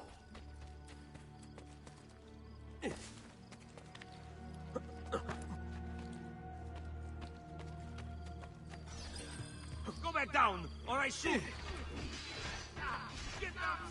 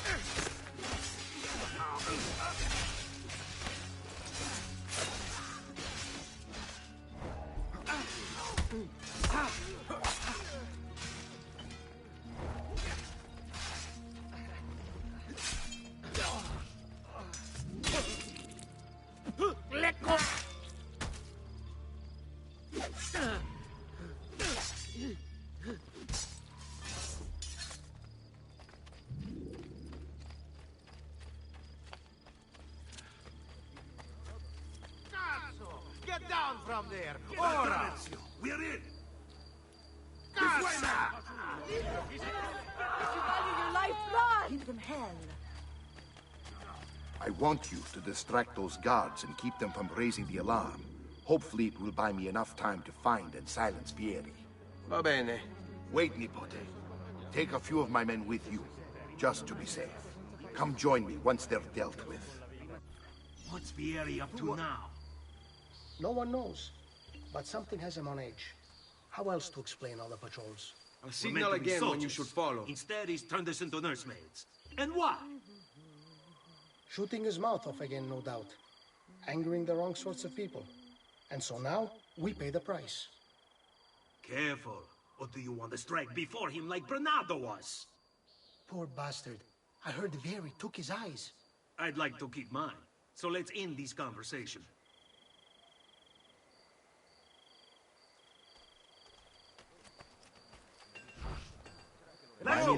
Gilli, the capo sedist!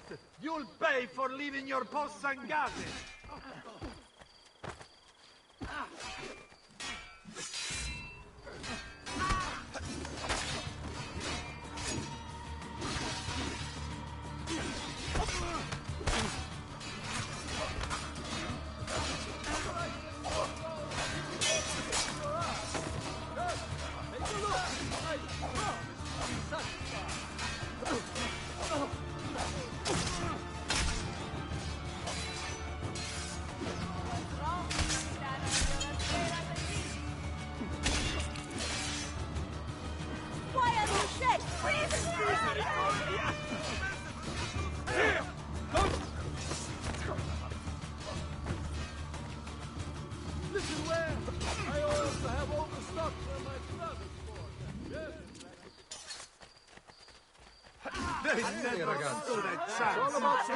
Merda!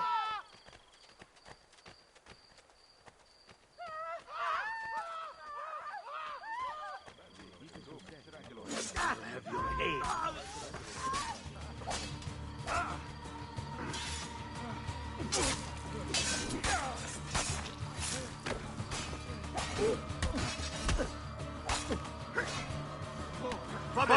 First round is on me! First round is on me. The first round, on me. Ezio! Your uncle's under attack and needs help. Go to him!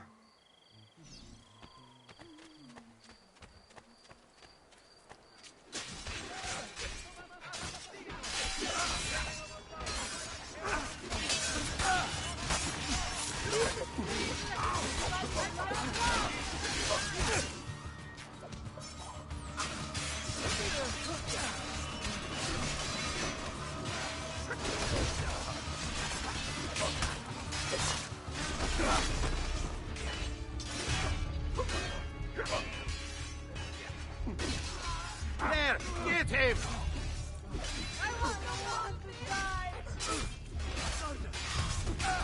Ah, Nipote, there you are. It seems my plan has hit something of a snag. Vieri's men ambushed, and now we've got our hands full. My brothers and I will deal with these guards. I want you to go on ahead and root out that snake. See that justice is served.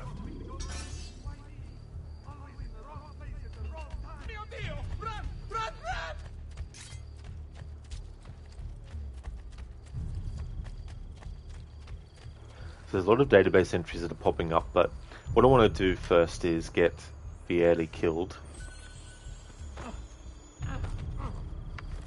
And then cover those.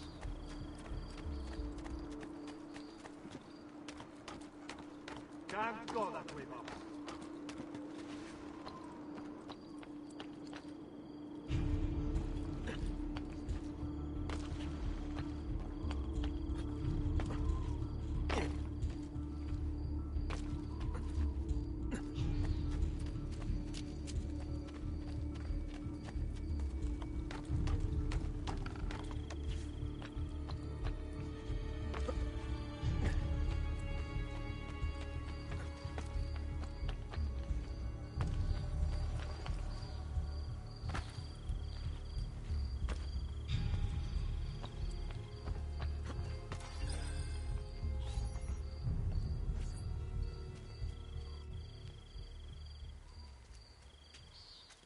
It's settled. Vieri, you will remain here to coordinate the mercenary. Francesco will organize our forces in the city and send word when it's time to strike. Jacopo, your job is to calm the citizens once the deed is done. What of that ubriacone Mario? He continues to harass my forces, and I fear he'll discover what we intend. He's always been trouble. Just like that bastardo brother of his. Then let me reunite them, Father. There will be plenty of time to clean up the rifiuti when we're finished. Now, is there anything else? Muy bien. May the Father of Understanding guide you. May the Father of Understanding guide you. Comandante! Comandante! What? Mario Auditore has invaded the city. He comes for you. Then let's not keep him waiting.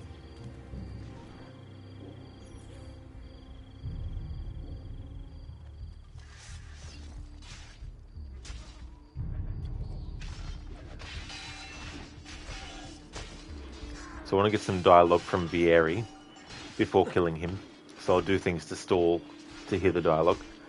So Vieri's father, Francesco, is played by Andrea Sabergas, and they're his other roles in the AC series.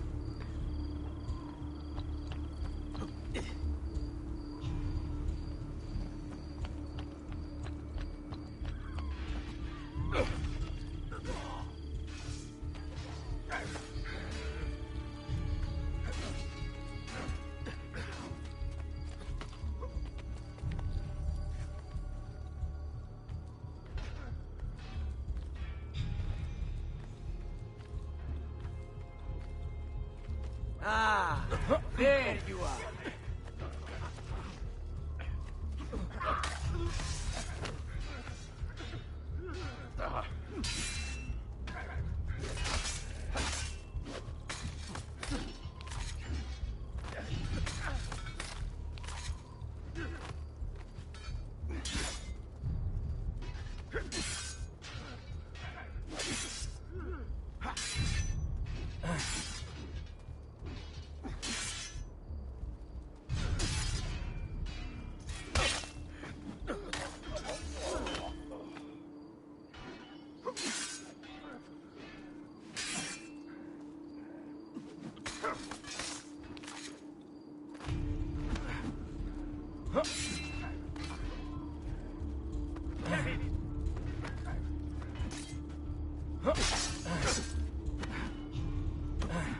Come get me.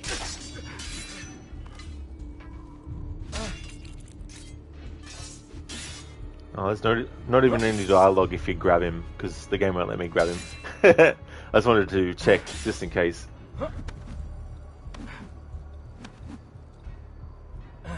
Stavolta, tua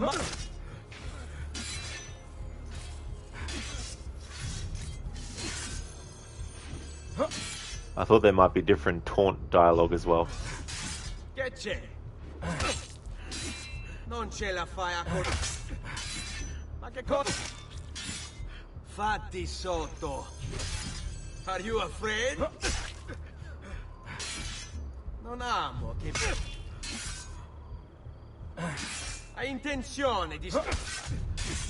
I don't like being made to wait. Odio questi momenti. Hurry up. I have to meet the lady friend. Listen, can you taunt him here? Oh shit, lol, never mind. Yeah, it's so funny. I just wish there was like specific dialogue with Vieri, you know. It'd be so funny for Ezio to give him some insults that are specific to him. Alright, time to end Vieri.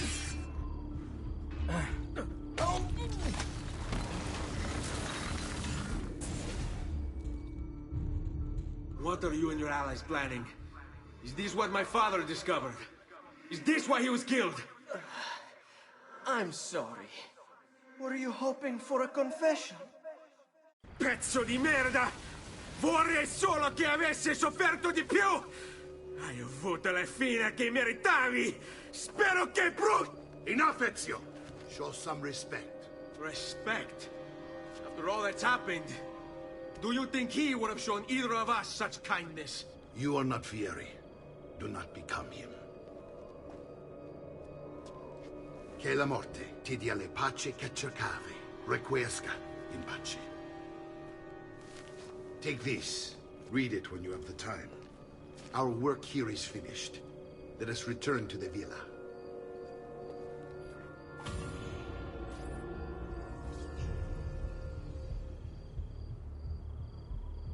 Oh, the game won't let me do the Ezio jam.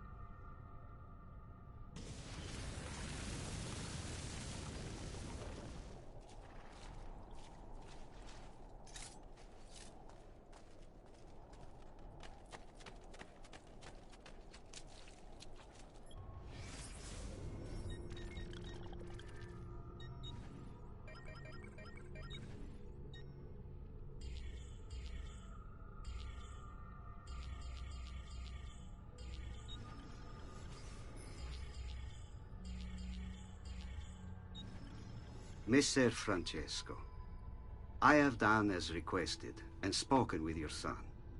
I agree with your assessment, though only in part.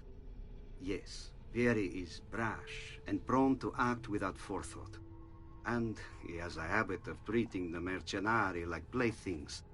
I have received reports of at least 3 men being disfigured as a result.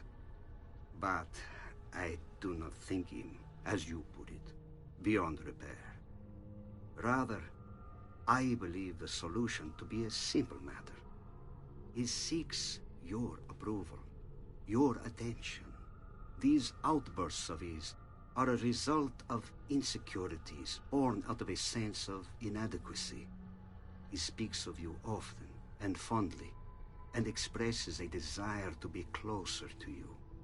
So, if he is loud and foul and angry, I believe it is simply because he wants to be noticed. He wants to be loved. Act as you see fit on the information I've given you here. But I must ask that we end this correspondence.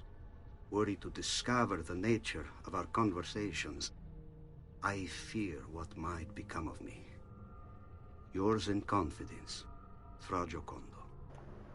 Given that we found this letter on Vieri himself, it of course means that Vieri found out about this letter and what Fra had actually put in there and killed him because of it.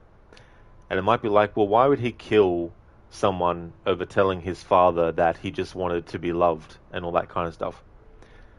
My sort of theory on that would be he didn't want to show his father any signs of weakness, and he probably felt that his father, knowing that he just wanted, that kind of love from, his father, would put him as a weakling in his father's eyes. That it was different for him to tell this guy Fra about it, because he's not his father. But for his father to know the words that he had told Fra, I imagine Vieri wouldn't have been too happy to hear that his private conversations with this guy had been given to his father. Dr. Darling, take it easy. I'm just needling you. Exactly, that's all that's happening. Actually, Dr. Darling, you've inspired me for something.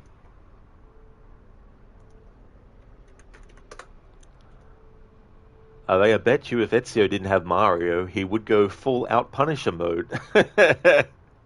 He definitely could be, and then just get himself thrown into all the prisons in Italy just so he can kill more people, more criminals. But that was a great scene, Ave, that you shared as well with him. I don't know a whole lot about the Punisher's lore and stuff, but I do know that he lost his family, from a mob hit, or at least in one of the versions he did. And so that put him over the deep end, and so he went on a rampage to get vengeance against them, and revenge and all that kind of stuff. And that he really takes a very sort of like hardline approach where it's like, if you commit any crime that is going to hurt someone, then you're going to die for it. It's like, oh, you caused this person to almost have an accident and die through trying to kill them. You didn't succeed, but you're still going to die for it. Just that kind of thing as well. Lucinda, revenge, is it? Revenge, is it? Your vision is as narrow as your father's. Revenge, is it? Revenge, revenge, is it? Is it? Is it? Revenge, revenge, is it? Revenge, is it? Revenge. Revenge, is it?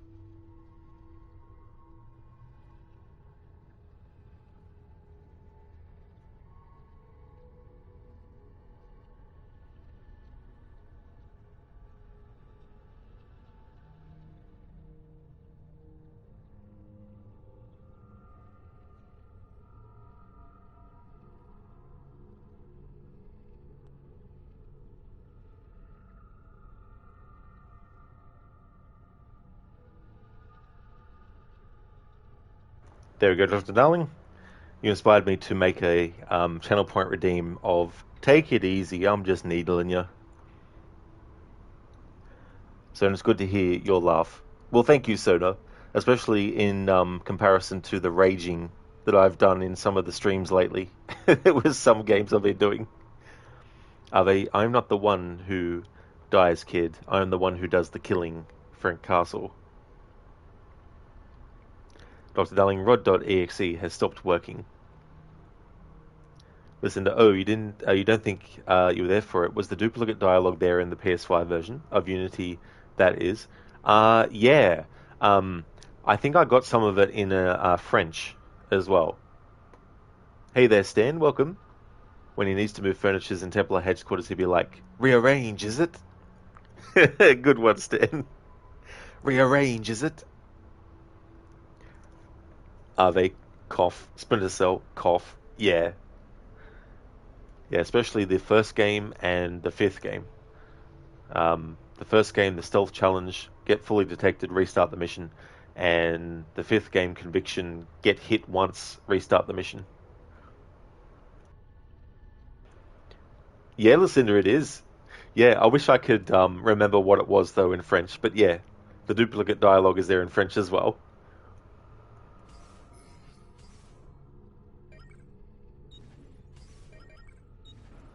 There's also some recent entries that popped up that I want to read about as well.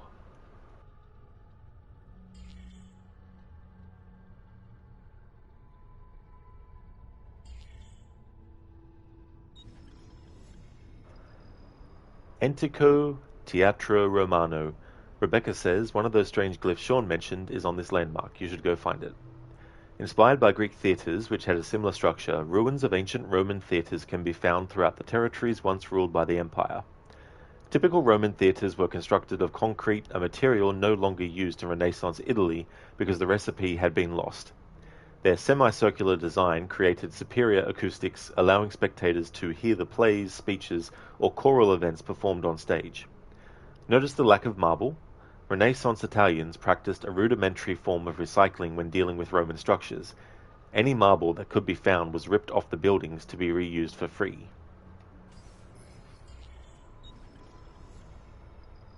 Palazzo Comunale. Palazzo Comunale San Gimignano's town hall was built as the seat of the municipal government in 1288.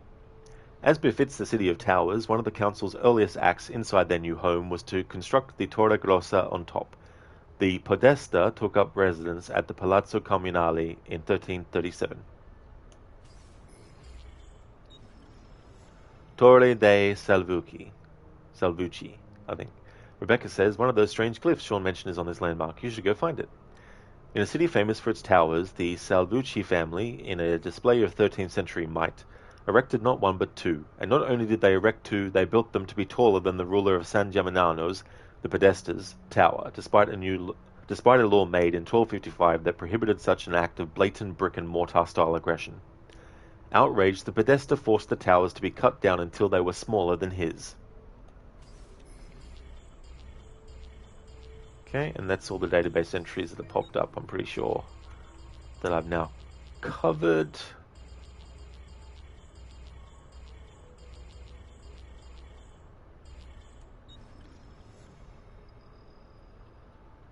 Yeah, already read that one. Already covered those. And those letters, I've covered those. There we go.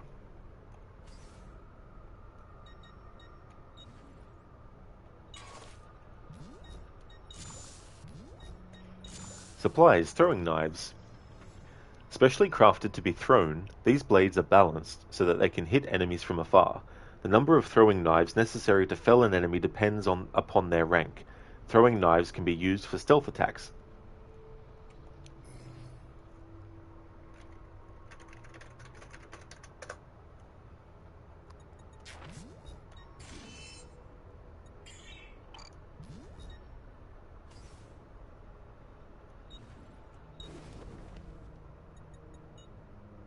Okay, so we have the Altair character model. Altair. Loading Altair from the Animus memory banks doesn't affect your current abilities, nor will it interfere with existing armor and weapon systems. Well, that is good to know.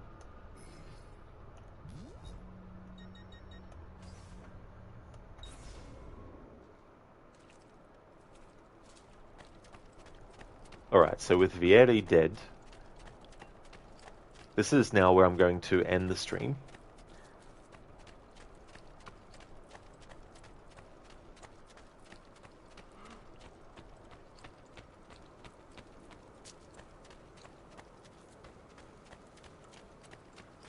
But first, of course, I'll catch up on chat. I'll just put Ezio in a position.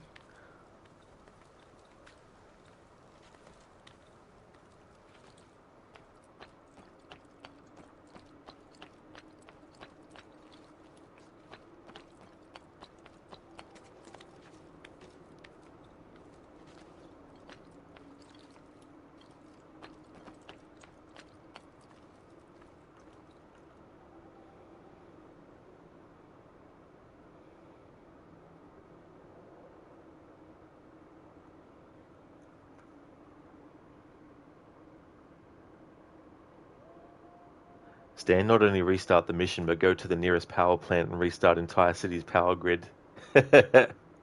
Imagine taking it to that extreme.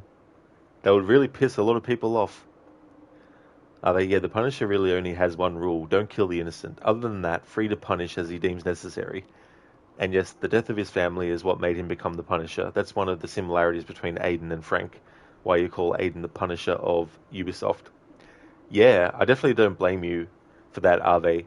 And I always thought that in terms of like the bunker in Watch Dogs 1, that it's almost like Aiden's Batcave, in a way, his base of operations. And then you get that dialogue where he does, you know, say the word punish as well. Hey there, cool man. I'm doing really good, thank you, dude. How's things going with you?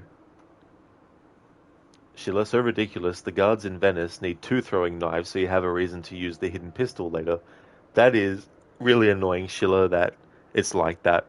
Especially too, because I saw Crocodiles one time do a playthrough where it was a stealth challenge, and throwing a throwing knife in an enemy and then not dying in one hit was definitely something that was very, very annoying. Hey there, Edimetra, welcome. Oh no, you just got here. Yeah, sorry about the timing on that, Edimetra. Yeah, I started late my time for my Saturday stream and was only going to do a short one. So I wanted to get a little bit more story done. So we just assassinated Vieri and got rid of them. But thank you so much for popping in, though. I hope things are going well. Hope you're having a good weekend. Cool, man, you're doing good. You're actually playing Genshin for the first time. Good to hear that you're going well.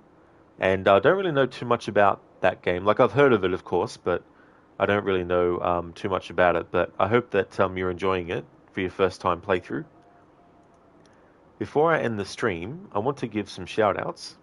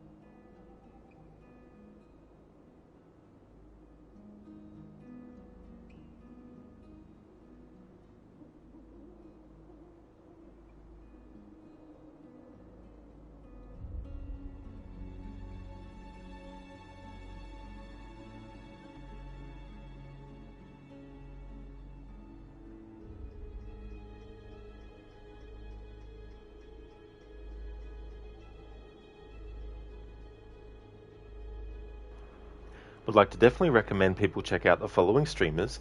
Lucinda, who is doing a stream of Resident Evil 5, is also a big fan of the Dishonored series, as well as Bioshock and Evil Within. Crocodiles has been doing some Rise, Son of Rome. He finished that game, and he's also doing some Horrible Histories games as part of an overall series run where he's doing different games and doing them in timeline order, going up until games set in the 1940s. Shillerlock has been doing, well, he's actually starting The Witcher 3, playing that, I believe, for the first time. He's also a big fan of the Dark Pictures series of horror games, and most recently did a playthrough of The Casting of Frank Stone. Mr. Gote is a fan of games like Banish's Ghost of New Eden, as well as the Outlast series, also Elden Ring and Ghost Recon. AC has been doing some Dishonored, and Mita is playing through GTA 4 for the first time, Grand Theft Auto 4. Hey, it's Jay has been doing his first playthrough of Persona 5 Royale. Shaky Johnson has been doing WWE SmackDown Here Comes the Pain. And I'm not sure what Scar has plans to stream next, but he has streamed in the past games like Remedy's Control. So definitely recommend people check out all those streamers if you haven't before. That's okay, Sona. No problemo for the stream. Thank you so much for being here too. That's okay, Jay. No worries at all for the shout out, dude. Thanks for joining, and I hope that the rest of your WoW session goes well. Lucinda, thank you for the stream. It was so nice to catch you after not being on Twitch in the mornings all week, and thank you for the shout out. Absolutely, Lucinda. It's definitely great to see you in chat again as well, and I'm glad that things are going well with the new job, and it would be a big relief to be working somewhere like that instead of where you were before, and that you're able to get your student loan paid off. Like, that's definitely a big thing. But thank you so much for being here, and no worries at all for the stream or for the shout out. That's no worries at all, Sheila, for the stream and for the shout out. No worries at all, dude. Thank you for being here too. Thank you so much, everyone, for watching. I really do appreciate it. So the next stream that you'll see from me will be this again. If you see me streaming it, then you know it's Sunday here in Australia. And the current schedule is Saturday and Sundays, Assassin's Creed 2. Monday through to Thursdays is my Tomb Raider marathon. On Monday, I'm going to be starting Tomb Raider 4, The Last Revelation. And on Friday, I'm going to be finishing off The Evil Within, and then also continuing on Friday my playthrough of Watch Dogs 1. Thank you so much for the GGs, Wayne. No worries at all. You enjoy too. And that's okay for the stream as well, are they? No worries at all.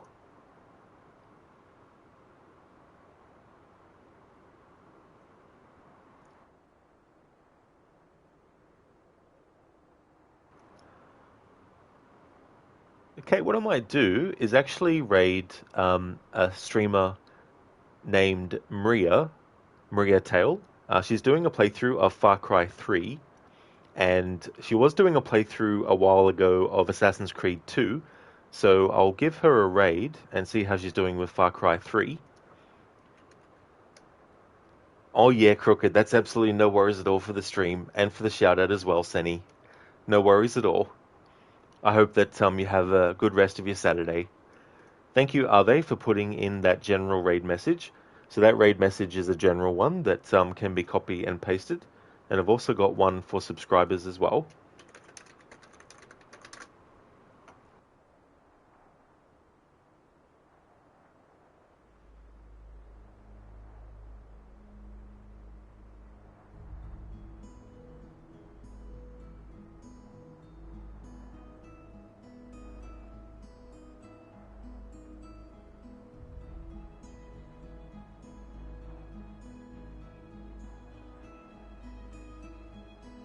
There we go, which is that one there.